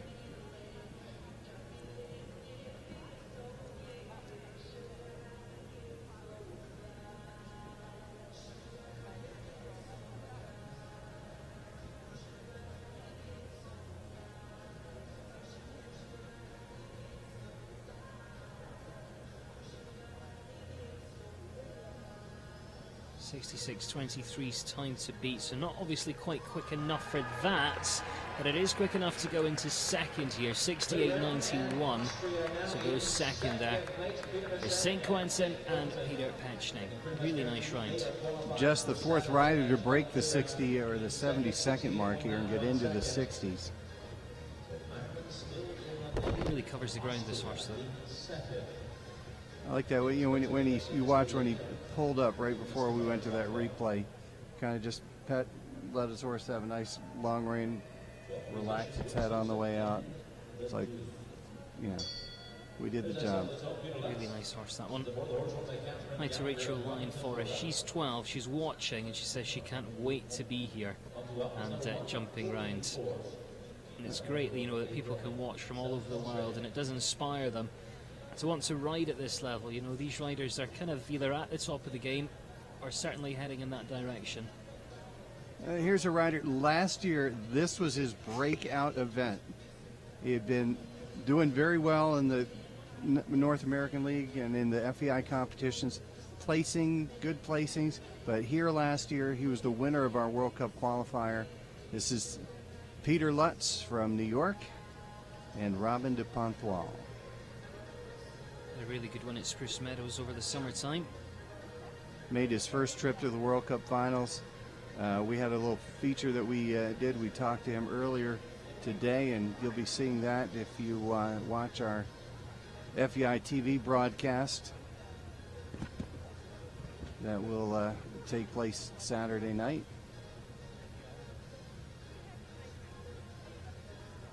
It'll also be available on the Las Vegas Nationals website and Showgrounds Live, where you can see all of the clips from many of the competitions and the interviews and features that we do at showgroundslive.com, and then you just click on the Las Vegas National link. On the World Wide Web.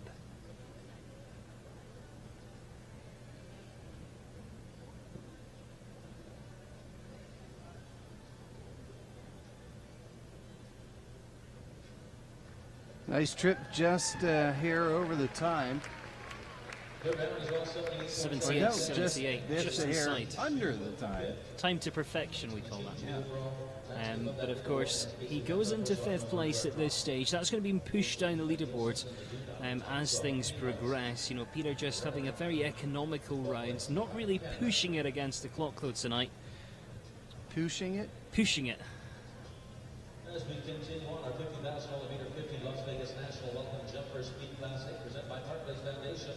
I'm sure we're going to see him though in the Longines FEI World Cup qualifier on Saturday. I think he came in, he did what he wanted to do to get ready for Saturday night. Nice trip around, horse jumped great. While Richard Fellers comes forward, you can hear in the background one of the crowd favourites. It is his flexible friend Flexible coming forward now. I can never believe when I watch this horse that it's 20 years old. Just trucks right around. So quick. This has been a great partnership. Won the World Cup finals. Went to the Olympic Games in London for the U.S.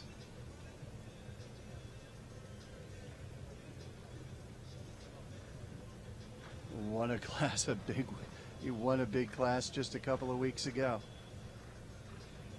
And time-wise, looking quite good at this stage as well. 66.23 to beat. Little rub there as we came out the double. I don't know, he may be giving Kevin Babington a run for his money. If he keeps going like this, then he's fast enough. Inside. The horse he's had for so long. All right, let's see how he does through the triple. Oh, that was a shame. And the second part. You know, he really he was taking a shot at that triple to try and catch Kevin. Took a really tight approach back to it.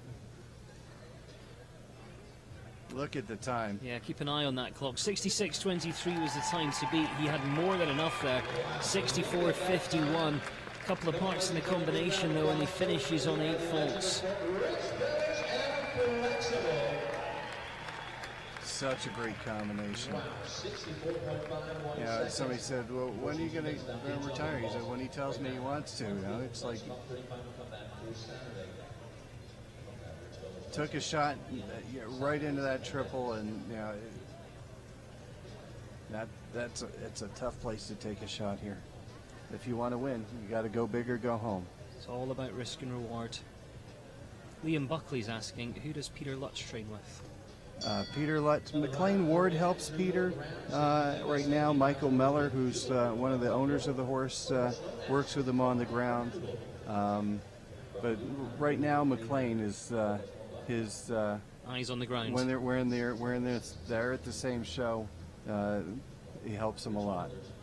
Well, this one could be interesting, you know. Andrew Ramsey's already in 3rd. That was with his first ride. He comes back with this one. It's called Cockadoodle. For me, I would say this is the better of the 2 horses. It's the one that I would want to take home. Ooh, nice turn back there. Just lost something. I don't know if he lost like a he might shoe have or a lost pad. a shoe or maybe an overreach boot.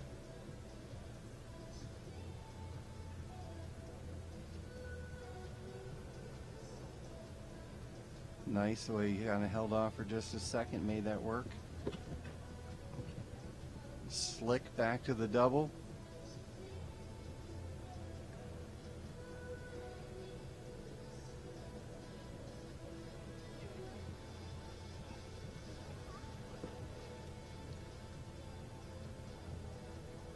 This is looking good. All right. Oh, let's get straight. He got straight. Nice, nice. All right, he's almost home free. Kevin Babington will be at the gate, biting his nails. Not anymore. Kevin can take a breath. Don't think he'd have been quite quick enough, but such a great try there. 69.31. And he finishes on just the 4. Andrew Ramsey there with Cockadoodle already sitting third, though, with that first of the 2 rides. Let's have a look. Ooh, look at that shoe. You just saw the shoe come right off there. So it's like finishing your round without one cleat on. You know, you're playing football or running the bases without one of your shoes on. When was the last time you played football?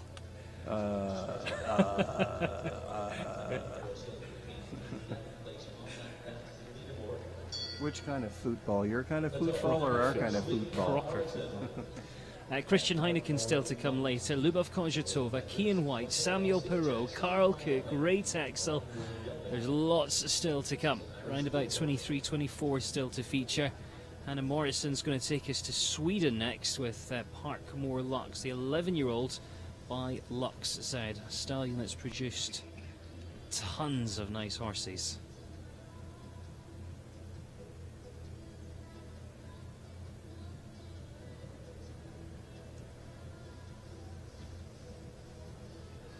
Really moved up through that distance.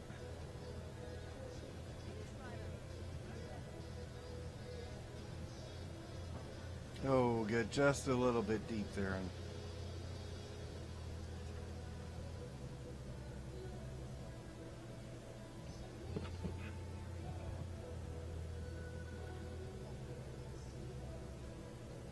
Kind of looked like she was maybe trying to set up for the distance coming out of the line, and going into the line wound up having that front rail.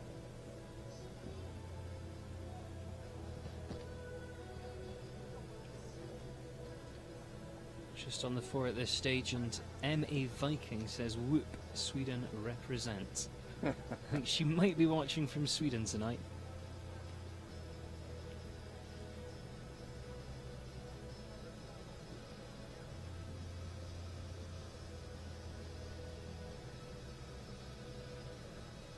Jumps nicely over that final fence, 76.25.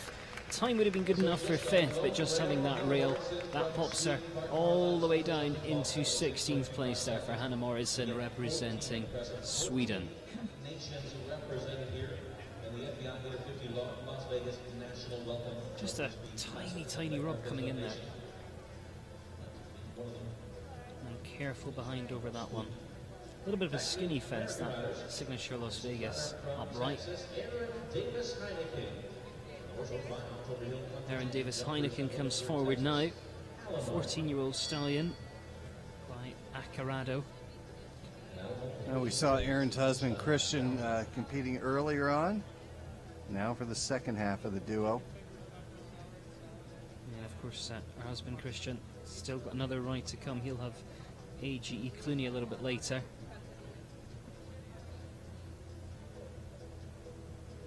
Out of their Texas-based operation.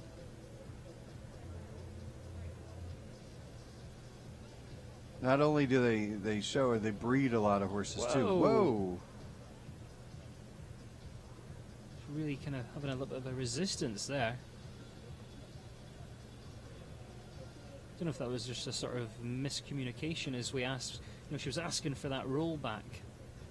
Yeah, but luckily they didn't take a step back, just kind of bounced sideways and never lost that forward momentum.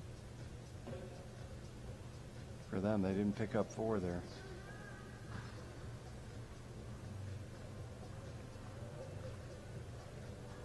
Katja Strasburger's just arrived and said, who's leading? Well, firstly, Katja, where have you been?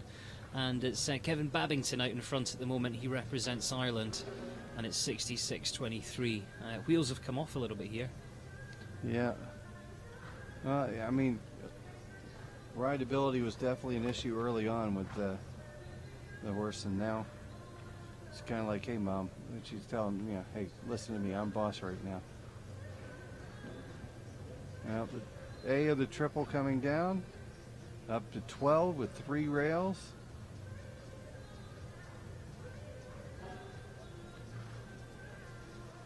We'll rub on the front rail of the second to last jump. It's 12 for jumping, couple of time as well there, so 14 total, 86.12 for Aaron, Davis Heineken and Alamo. And that would really throw you off your game, wouldn't it, if you came round there and had that resistance. Just a light rub there, but kind of caught it a little bit in front and behind.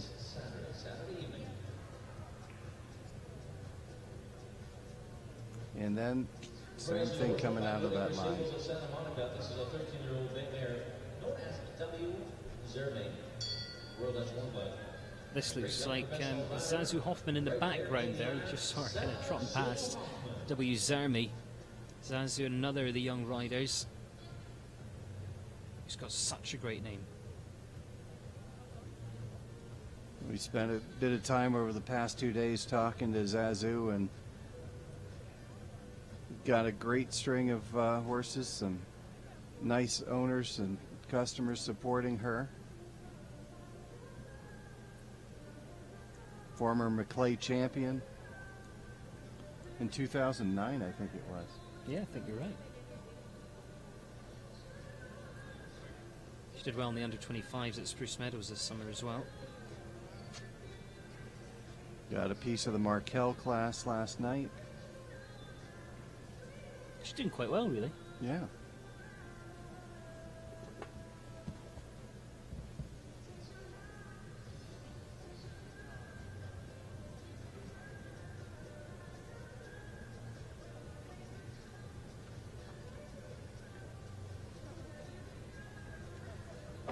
Oh.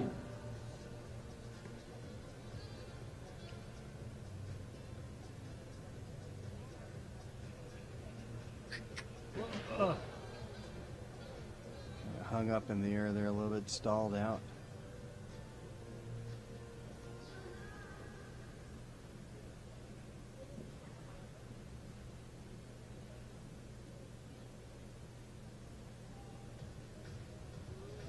Sticky there as well.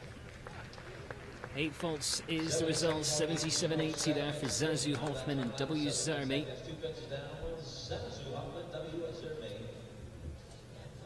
Of course, she will feature in the under-25s. You can see that tomorrow on showgroundslive.com. Going to be a really strong field in the under-25s. Lots of talented partnerships involved with that one. Zazu gives the horse a pat and says, not our day, but we'll be back tomorrow. Kevin Babington comes back. He's having a rather good evening. Came in early on with that first of his 2 rides and now returns with another. Sharapar was the first of them and now back with Mark Q. Another horse he's got an incredible relationship. This one by OBOS Quality. He's 14 years old. Was a speed demon at Devon. Took the win in the Devon Grand Prix at the FEI competitions there. Second time this combination has won that Grand Prix. And Kevin's going for it again.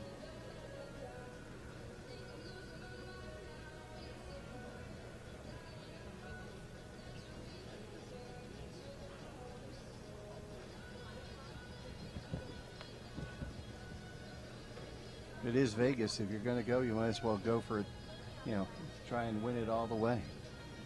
The only issue is there's a casino between him and his hotel room tonight. So if he wins lots of money, we might see him in the casino. This horse, so just a little rub on the way into the Oxer. 4 faults. Back rail Fast comes time in down the there. money, but 8 faults. 8 faults not going to be quite good enough to get any money here tonight. But he's still got the lead. 12. Yeah, he's still up in the lead with the first horse, and this one started so well. The last one comes down as well, so 16 the total, 68.07. Interestingly, it looked like he'd steadied up a little bit coming towards the end, but actually the time was good enough for second. Of course, having those 3 rails, though, it really has pushed him down. Coming into the thing, catches it behind, just not getting all the way over that oxer. Number 7, second rise. And here Perhaps we'll see him back, though, for our presentation ceremony a little bit later on here this evening. He leads with the first horse, Peter Pechnik sits second, and Andrew Ramsey in third place at this stage. Eduardo Menezes joins us now. Eduardo, another of the athletes we saw a little bit earlier on in the competition. That was with Catalina, his first of the two rides. And this one is Karushka. It's the 12-year-old mare by Casper. Continue the dam sire. Represents Brazil. And they know if they want to take on Kevin's challenge, they've got to look for the turns, and you can see already jumping that one at the angle, and that really helps with that rollback. Didn't lose any time there in that turn. Caught it right in stride. Pushing on, or I should say pushing on. Push. Go Push. push. That's what we say in Scotland.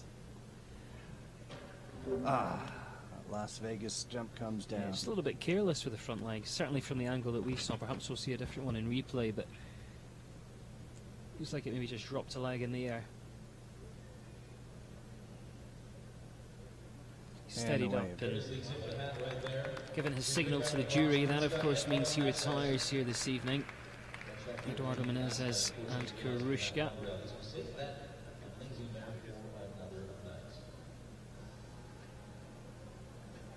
Quite sensible with a horse like that, you know, it's a really experienced horse. He knew with the rail down it was unlikely to get any money even if he galloped round the rest of the course.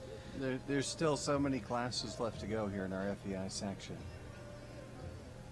Also second time in the ring, so Andrew Coker comes back then. He was a bit unlucky with the first horse. Hopefully, Yeah. doing better with this one, the 12-year-old by Solitaire, Xantos.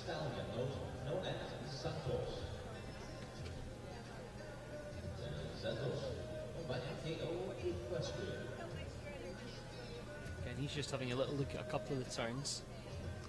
And this year he has been all over the place competing in the FEI. He did FEI competitions through the Florida Tour, Live Oak.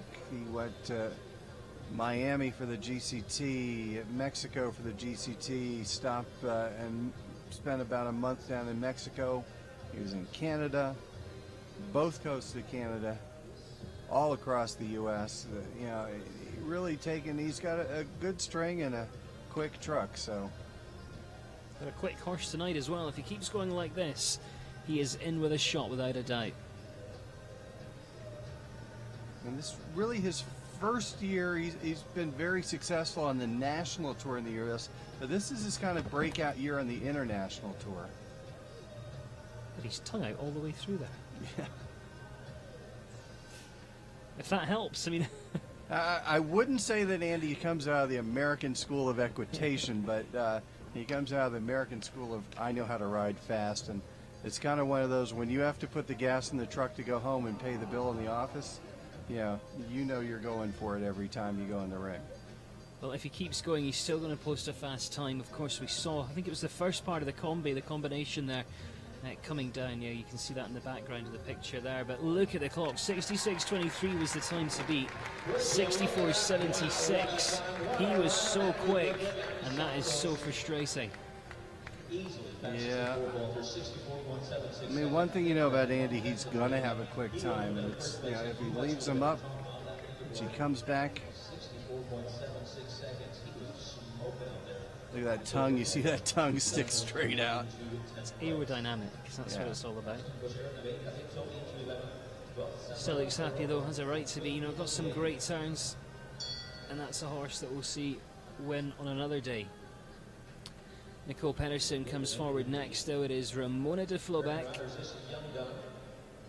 by Ultimo van der Moord. This is the 11-year-old mare. Ultimo van der Moord was a ride for Todd Minikis a long time ago, won some Grand Prix on it. Tori Courts competes on the horse in the amateur division. Good stallion.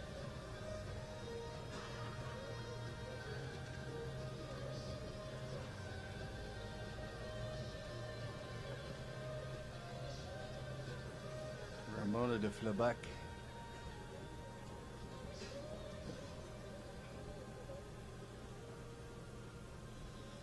some good top 10 finishes this year.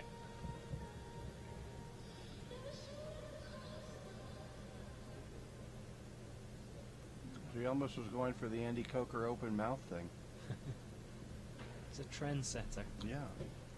At the moment, any clear would be guaranteed to finish top 6.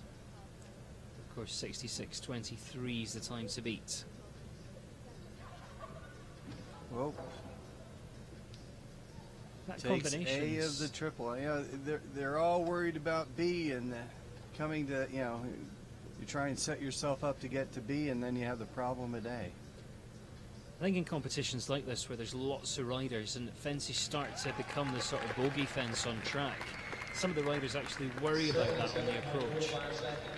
4 faults, 77.45 there. That long rail coming through the triple combination. That is one of the young guns here for the USA. Nicole Peterson and Ramona Lopez. Just a little tap of the back feet as we saw coming in there. Almost guaranteed that she will be back for Saturday's event. Great young riders. This is one of them. This rider from So no change at the top. We're going to be heading to Germany though. You can see what international field it is. 3 nations represented within our top 3 tonight. And Guido Class Jr. comes next with Kinkwai. Have to be completely honest, I'm not sure if that's how you pronounce the horse's name. Not seen this one before.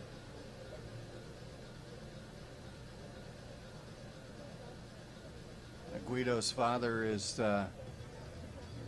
one of the top shippers of international, you know, air flight transport.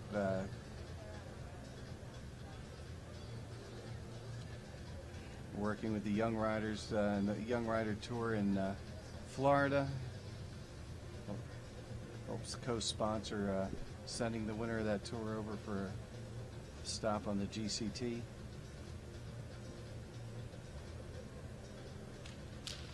Oop, goes to the whip, coming over the Las Vegas fence.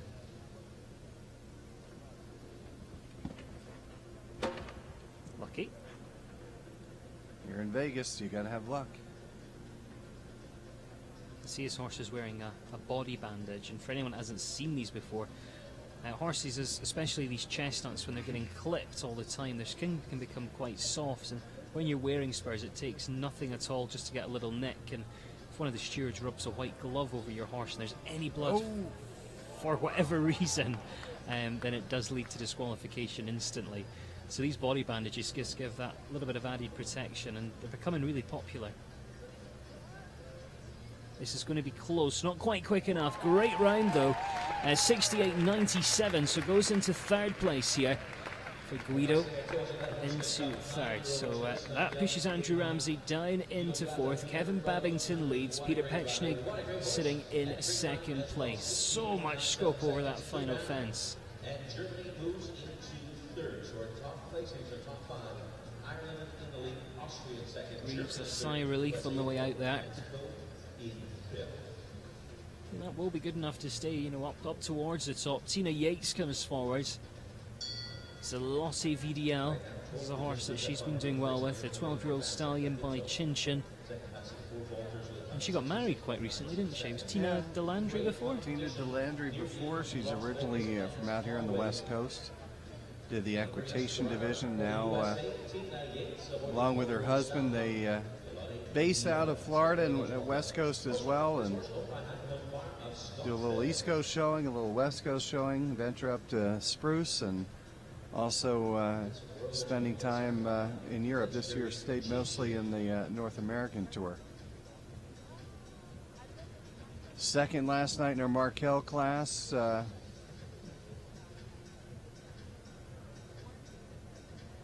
Very quick rider.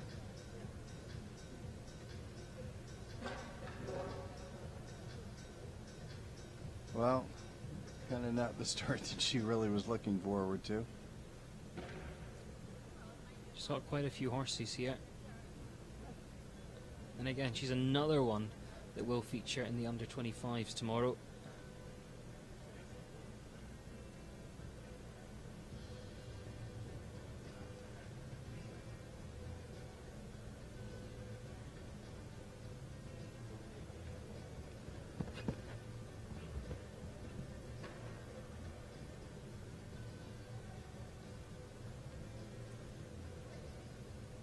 Rode in the equitation with Andre Dignelli at Heritage, also with Karen Healy.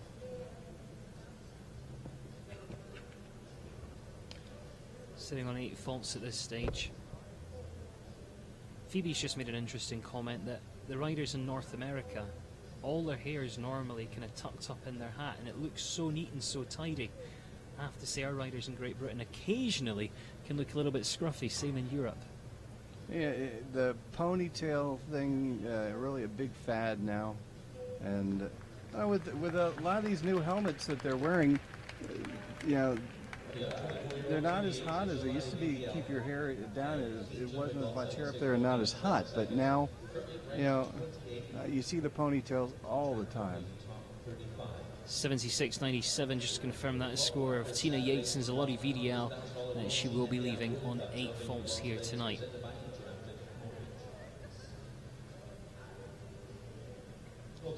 She's just having a little look at the screen and the replays, and her youngest fan. It's a great family venue, this, because there really is something to do for all the family. You know, even if you bring your family with you and they're not even into equestrian sports, they can go and see a film, grab an ice cream, Go bowling. do a bit of gambling if they're... Is it over 21 here to gamble? Yeah.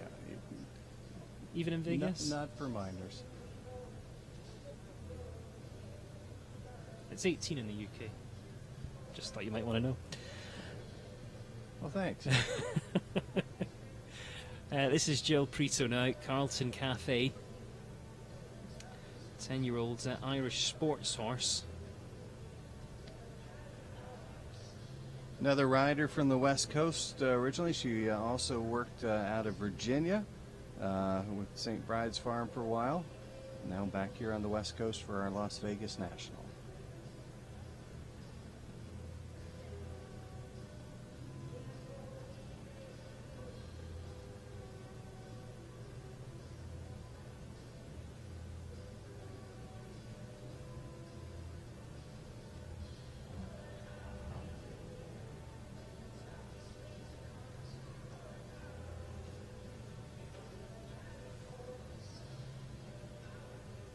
Start with a really tidy start to her round.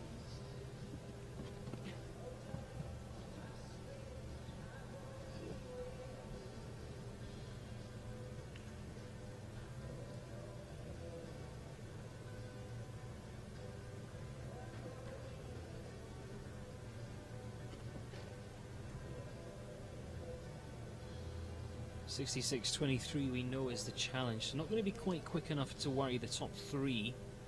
But if you can just get a clear and get home within the time allowed, you know, you're guaranteed to be, you know, 7th or 8th. One jump to go. Can she get in the time allowed? She's going to have to move on here. Going to be close. Close. Over. Just over. Yeah, so finishes on 1 time fault. 80.04 is the time, so that'll take her into 9th place, into 9th there. Of course, they're all looking to get a qualification spot for Saturday for the Longines FEI World Cup qualifier.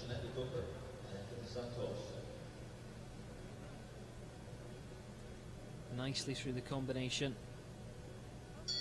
And that's the steward you can see in the background. The welfare of the horse is so important in the world of show jumping, and as the riders come out, they have to have a boot check, and the stewards just make sure everything is as it should be. There's Christian Heineken now. A.G.E. Clooney is the name of the horse, one that he knows. Of course, we saw Christian earlier.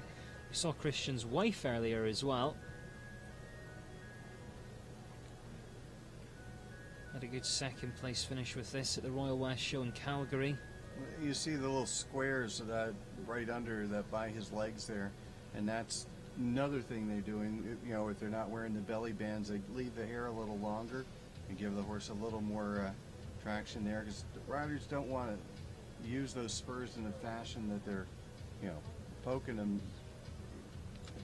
It's more of a encouraging tool, not a punishment tool. Yeah, it's there as an aid. Yes. So that's like a cheap man's belly band. Yeah. Okay.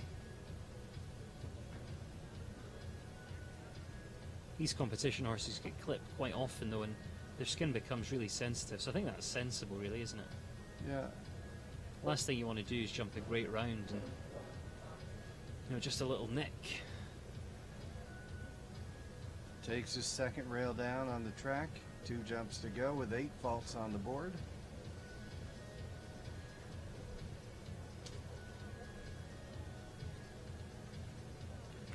And again, time 70.72. That's the time, 2 down. It's 8 faults there for Christian Heineken. It's interesting because when I saw Kevin Babington's round really near the start of the competition, I thought it was a great round. It was quick, but I didn't think it'd be quick enough. And I might just be wrong tonight, you know. We've still got some good ones to come, though. Lubov Koshitova with another. Samuel Perot, you can never discount him. Well, and he's riding probably his better of the horses next, so when he comes in, the more experienced one. Ray Texel, Jeff Camp there, quick. Casey Amet, she's had some success as well. This one's got Lux breeding. It's a KWPN horse called Advantos.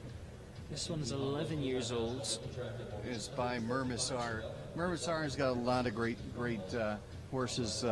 We have one of them in our barn at home, that Zilvana, that Jacob Pope rode to Team Golden, the North American Young Rider Championships.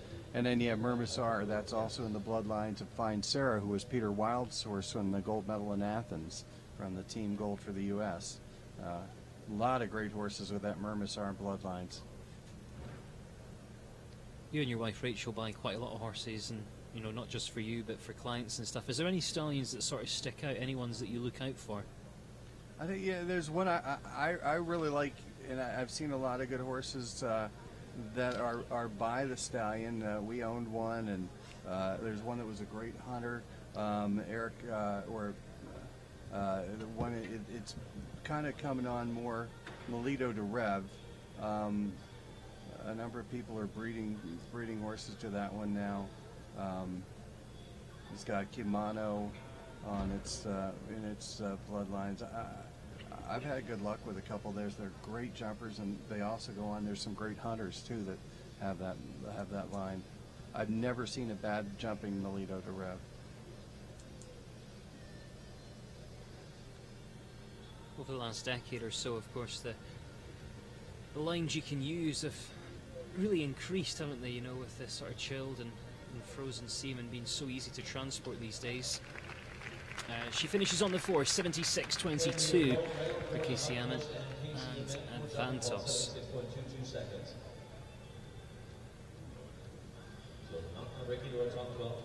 Which is an unlucky rub there. Let's have a look. It's a bit of a late faller, wasn't it? Tapped it with the back feet, I think, and then sort of bounced around for a bit and eventually hit the surface. Other than that, got some nice turns. Lubov Koshitova, we saw her a little bit earlier on. There's your ponytail that you were talking about. Yes. Whoever the viewer was that chimed in. Obviously, she represents Russia. And there's her profile picture as well.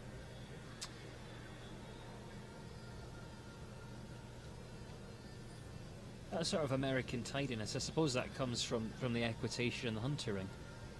It's kind of it's in the style and the clothing, but you know, now there a lot of people are wearing the European jackets and brands, and you know, the classic clothing and turnout, kind of switching up, you know, evolving with the style. Oh, that's uncharacteristic of this horse. Just a light rub there for Urus. The horses just have such range and just spring off the ground.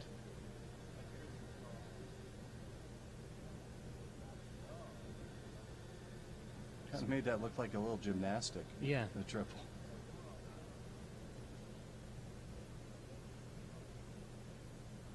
$1.50 gymnastic. That was really a kind of a cheap rail for Lubov. Yeah, it was 73.18, and you know, just with that one coming down, She will finish on 4 here this evening in the FEI Las Vegas National Welcome Speed Classic. Let's take a look. Doesn't take much, does it? No, no, no. The rails are very light, very light. You know, perfectly round and milled. So, and the cups are shallow. So it doesn't take much of a rub. You catch it just right, and it just pops right out. Well, we've got about 10 partnerships left to go here in this competition. 66.23 still the time to beat. Great to have so many of you keeping us company here on the FEI YouTube channel. And if you are watching, let us know where you are right now. Where are you watching from? You can comment in the chat box on the YouTube channel here this evening as Jamie Barge gets underway with Lubo, the 11-year-old by Lord Peasy. I've got some staccato lines in there. One of my favourite stallions, Staccato, is producing a great string of young stock at the moment.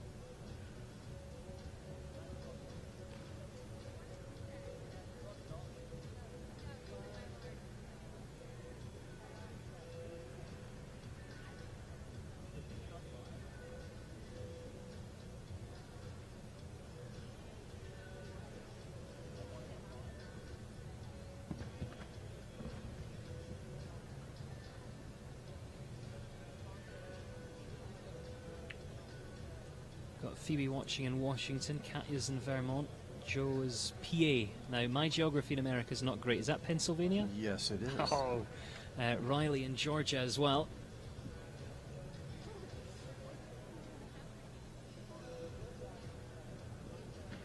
Oh, got in there just a little quick.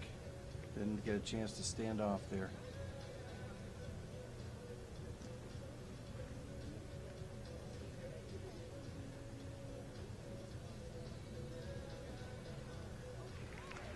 Uh, 76.27.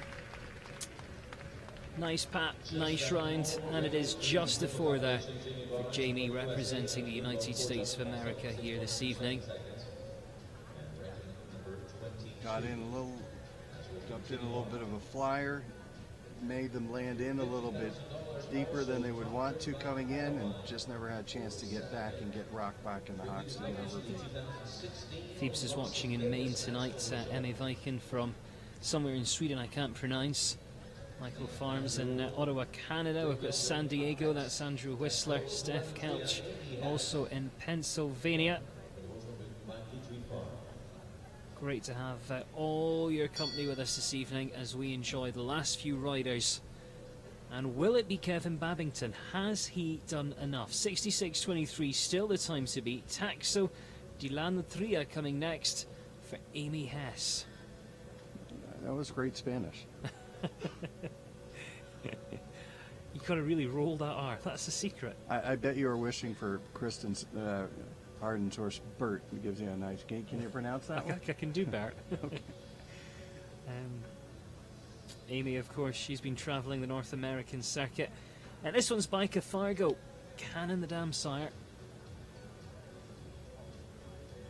I think it's fair to say in the North American circuit that kind of breeding in stallions and stuff have become more and more part of the scene over here over the last few years. Yeah, we used to be the country that everybody was trying to get our breeding, and now we're buying and looking for all these stallions in Europe, and you know, the U.S. is getting more and more into it with you know, operations like October Hill, which is the Heineken's operation, and Spy Coast, and there are so many more breeders in the U.S. now. It's catching on, and the U.S. riders are really paying attention to that breeding of the horses. Got a bit lucky there with the rub at the back rail, the B elements of the triple. Still on the 4. Okay. She's having a look round. I don't know if it maybe just had a little slip on the way in there or something. Yeah, from the angle we were looking at, It's there, it's a difficult. little hard to tell.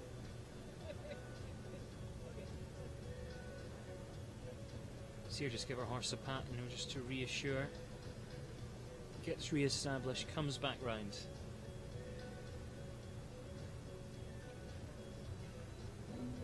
Has it down as well, so brings the total up to 17. Of course, we're counting up those time faults now at this stage. And not the night she was hoping for. 19 the total, 105.15 there for Amy Hess and Taxco de la Madria. 9 more to go. Kevin Babington sits outside. 66.23 is his time.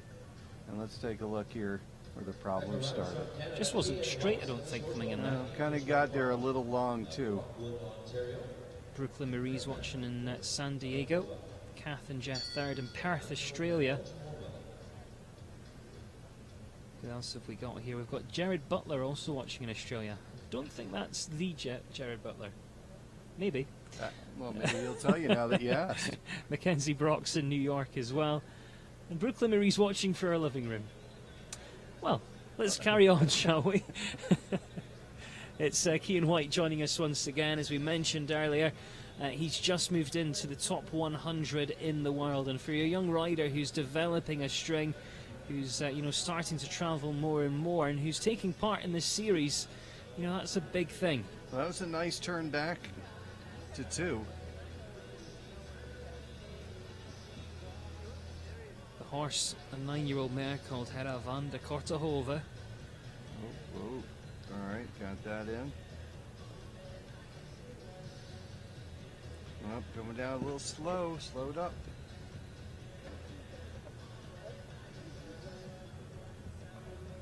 Being really efficient though.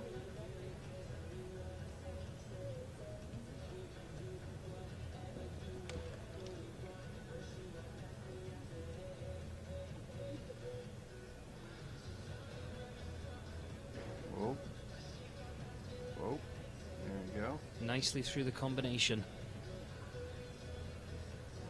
He's on a nice time.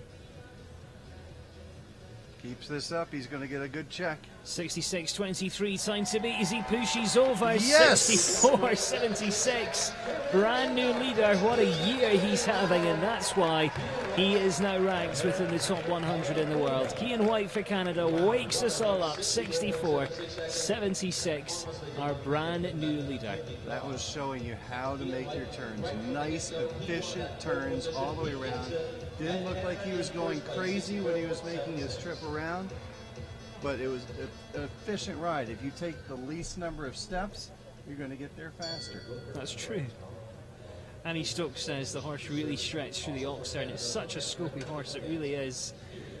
I think Kevin Babington might have a few choice words as Cian White flies up into the lead. We've got 7 left to go. Could it come right to the wire here this evening? Well, Samuel Perrault joins us, Couscous Van Orsi by Nabab Derev. This is a 14-year-old gelding, and together they have had so much fun over the last couple of years. It's a horse that can turn, it's a horse that can travel.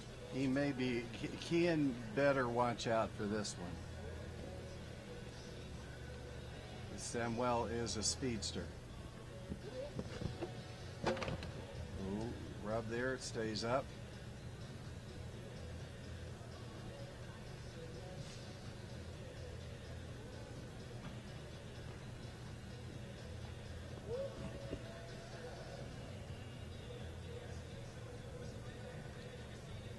Whoa, in the stall there. Come on. Come on. There we go. Could Cian White's lead be short-lived? 64.76 is that new challenge as we start to head round towards this final line. It's all going to be this ride to the last jump. It's on. It's on. Gets the time. Tried to leave it out. 63.52. It is 4 fault set for Samuel Perrault and Couscous Van Orsi. I don't even know if he took off there, to be fair. Well, he gave it a shot. He had the time, but the 4 at the last jump. Right now, 4 falters are out of the top 12. Let's take a look. Stretches out over that last jump. Comes off a blind turn here. Going for it, just a little bit long. Never really got a chance. Yeah, just came in at a bad stride. And that's frustrating, isn't it? Because, all the way around to the last, he could have perhaps even just taken a slight check as we came round the corner there. He still had plenty of time. and he's gone from the lead down to 13th, all because of that final fence. You know, that is the world of show jumping, the highs and the lows. Well, you can go for the win or go for a placing, and he chose to go for a win, and you know, without risk takes no reward.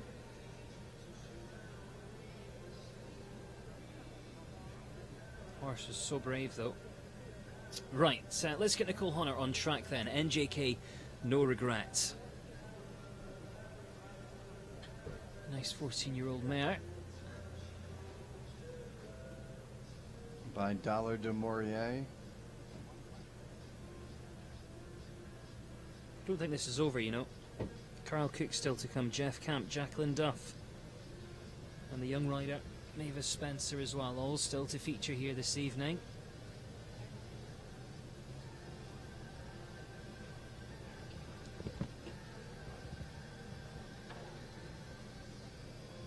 Del Mar based rider here.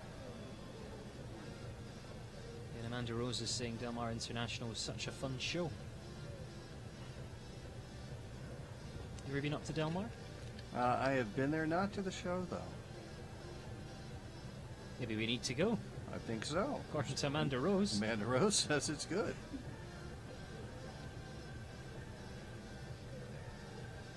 Andrea Whistler saying this one's got really interesting colouring, and I think that's because it's clipped. You know, you can sort of see the skin and the Little chestnut fur. freshly clipped. It's got the winter coat, the winter clip coat. Well, a couple of rails coming down, 75.10 there for Nicole Honert and NJK, no regrets. Let's have you a quick recap then of the top three at this stage of play. It is Cian White leading the way, Kevin Babington second, Peter Petschnig in third. Just caught that with the back feet. A little bit of a carrot on the way out, why not? Mules on wheels. Nice smile there. Yeah, she loves each and every one of her horses. 64.76 time to beat. You can just see up to the warm-up there. Really nice warm-up here, actually. And everything indoors, which is always nice. Mavis Spencer then coming back. We saw her towards the beginning of the competition with the first and had an unlucky rail with that one. This is a horse called Dubai. It's an 8-year-old by Cardento Castello, the dam sire. Have you been to Dubai? I've been to Dubai. I have not. Not to a show, Oh, well. just to the airport. On the way to a show. Dubai in the Middle East, you know, one of these developing nations when it comes to show jumping. They've got a great venue out there called Al Shikab, and it's where they host the Global Champions Tour final and another big tournament towards the beginning of the year as well. It's absolutely huge.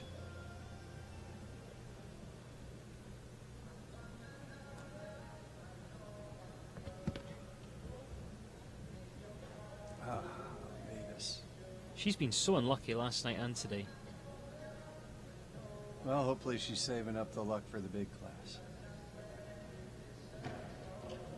Catches that one behind.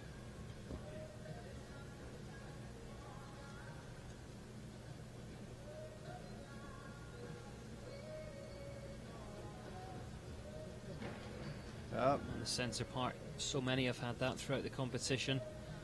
Don't forget as well, if you want to see Mavis and the rest of the young riders fight it out tomorrow, then you can on showgroundslive.com. Live streaming from both rings throughout the show available there. Last comes down as well, brings the total to 16. 78.29 is the time for Mavis Spencer and Dubai. That is a young horse there, an 8-year-old gelding. And Mavis Spencer for the USA. And this one is an 8-year-old, her previous horse an 8-year-old as well, so she's developing the young horses.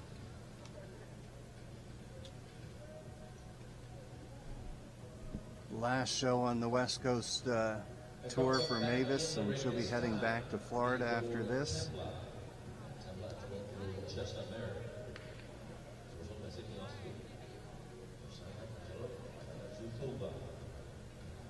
Carl Cook standing by with Tembla.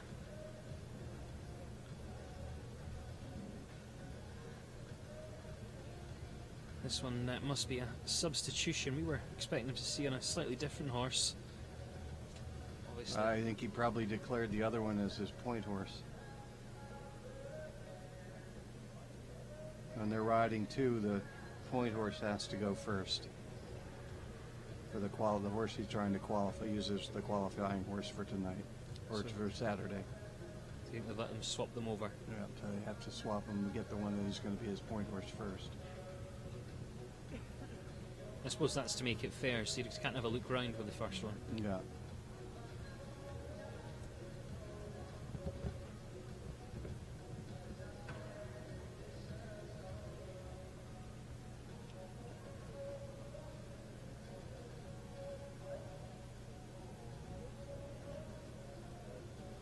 Seems among other things, when we talked to Carl earlier today, not only along with the riding, he also does a little fashion designing of his own coats, riding coats, and we found out he's quite the cook. Yes, he is. He even had pictures of one of the dishes he's represented.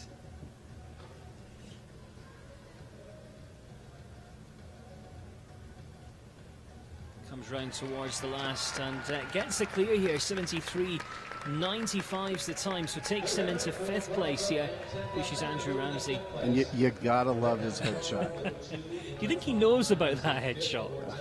Let's not tell him. Just straightens up as he comes through the double there. Real scopy horse, got bags of scope. Gives a little scratch and still smiling as he heads out. 64.76, still the challenge then here this evening. Ray Texel, he's been a part of the international show jumping scene in North America and around the world for a lot of years. This is Baldira that comes next by Balabu Duraway. It's an 11-year-old mare and some good top 10 finishes with this horse this year. Traditionally quite quick against the clock is Ray. Known Ray for quite a long time, since his pony days. You really are old. I tell you.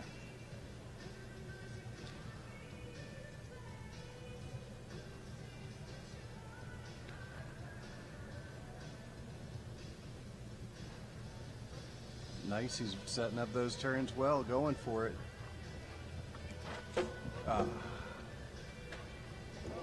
Quite a few horses as they come around the corner, you know, they're just not that straight. And I suppose they're trying to get that cut in, aren't they? Save a bit of time. Yeah. Looks like he might be retiring, perhaps. Yeah, gives that signal. Surrenders here this evening. Carl Cook and Tembler.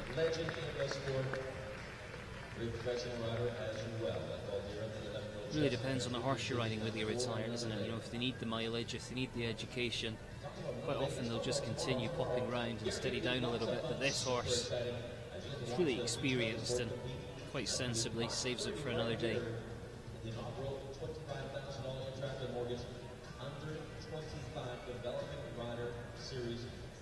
And heads into boot check.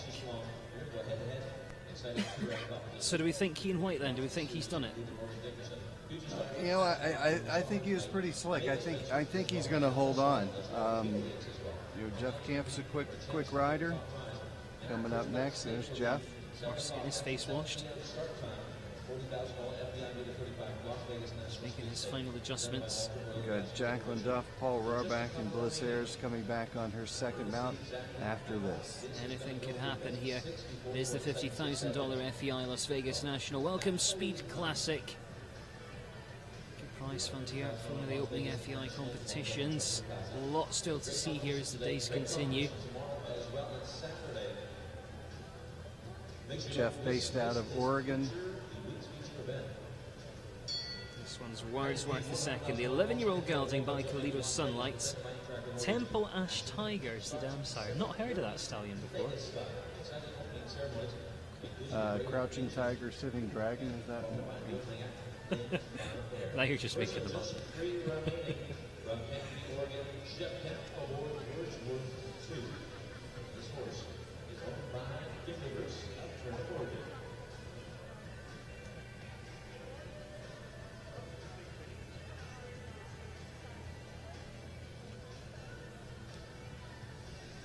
Well, we're off and running. We know 64.76 is the time to beat. We know to do that, they've got to be as tight as possible and push on. And early on, I think Jess, just having a nice, careful round tonight. Well, a clear ride puts him in the money, gets him a check, gets him probably qualified for Saturday night for the World Cup.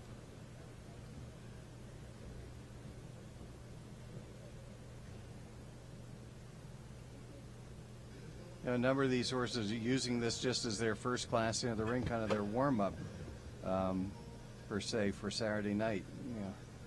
A lot of the horses that are going to do the World Cup don't go in 2 and 3 and 4. They might go in 2 classes in the week, and that's it. One to get them qualified, and then go for the big one.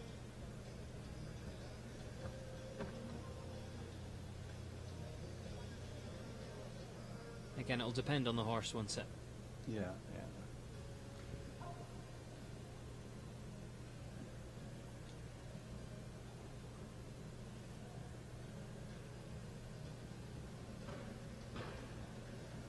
Gonna have to be careful of that time, though. Yeah. Going to be just over the time allowed as he comes over the final fence. It is 79.12, so one time fault there. Goes into 9th place. I think that'll be guaranteed some money, 3 left to go. He's going to no worse than 12, so he should be taking home a check tonight.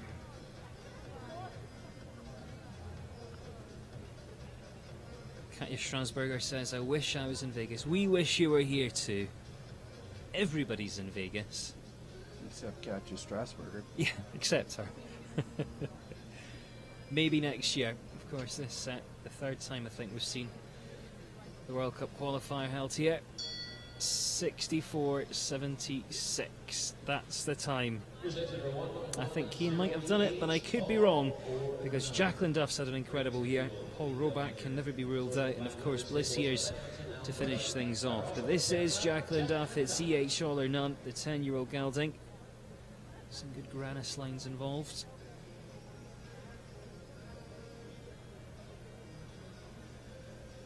A little bit wide, but she kept pace going.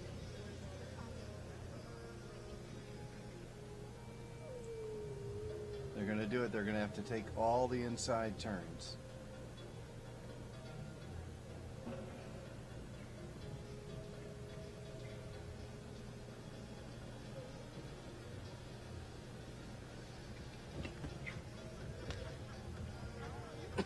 Jumps nicely down the line there.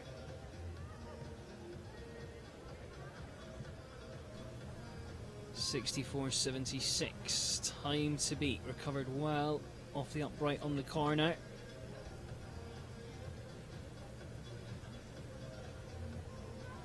Now this dreaded combination. It's been Heartbreak Hotel for so many rub, riders. But it's good. Yeah, a little rub on the back rail there. Of course, in these Oxers, the back rail's all on what we call safety cups. So if the horses do come down in them, that pole will collapse. Let's have a look at the time. It's not too bad at all. 72.26. She'll be happy with that, I think. Heads into 5th place here for Jacqueline Duff, representing Canada. 2 combinations left to go. Steph Couch says she wants to become a professional rider when she gets out of college. So much hard work, but it's so rewarding, isn't it? Here's our final rider from Parkhurst, Colorado, rides for the USA. You get to travel all over the world if you're a professional rider. A lot of these riders, Oliver, they've got grooms, but they're still so involved, aren't they? They're still up early mornings, late nights. Oh, we were interviewing a bunch of these riders this morning at 8 o'clock, and they had all been up riding at 4:30. Yeah, I mean, I had to scramble out of bed at 7. That was bad enough. Paul Roback is our penultimate athlete here. This is Carmino. Rider out of Colorado. A horse by Cash and Carry. I'd like some cash and get to carry it out of here tonight. You could go gambling. I could go have dinner too.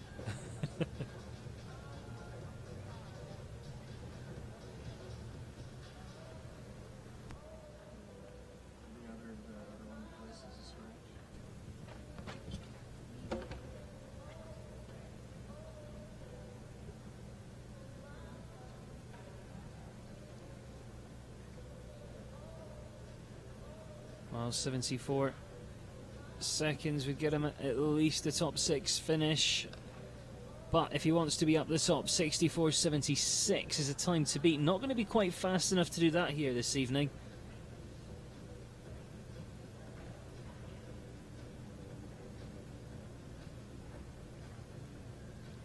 Just heard in our ear as well that Bliss Years, in fact, won't be coming forward with Contendra 22. So that means Paul Roback is our last to go. And has a good finish here, 78.37 is the time. That's going to pop him into a good 9th place finish. And, you know, that was a really sensible round. Not only does he get money, not only does his horse leave feeling happy, but it will be good enough, hopefully, to get him back on Saturday for the Longines FEI World Cup qualifier.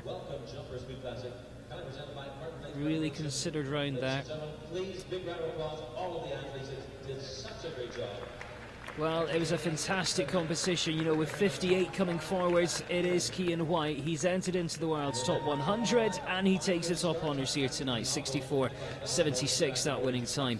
Kevin Babington was definitely classed as the long-time leader, though, representing Ireland. He'll finish in a good 2nd place, 66.23, and Peter Petchning with St Quentin finishing in 3rd, 60.891. We can see the lower placings there, with Guido finishing in 4th, and a little bit lower down that leaderboard, Paul Roback, our last to go in 9th. Peter Latz 10th.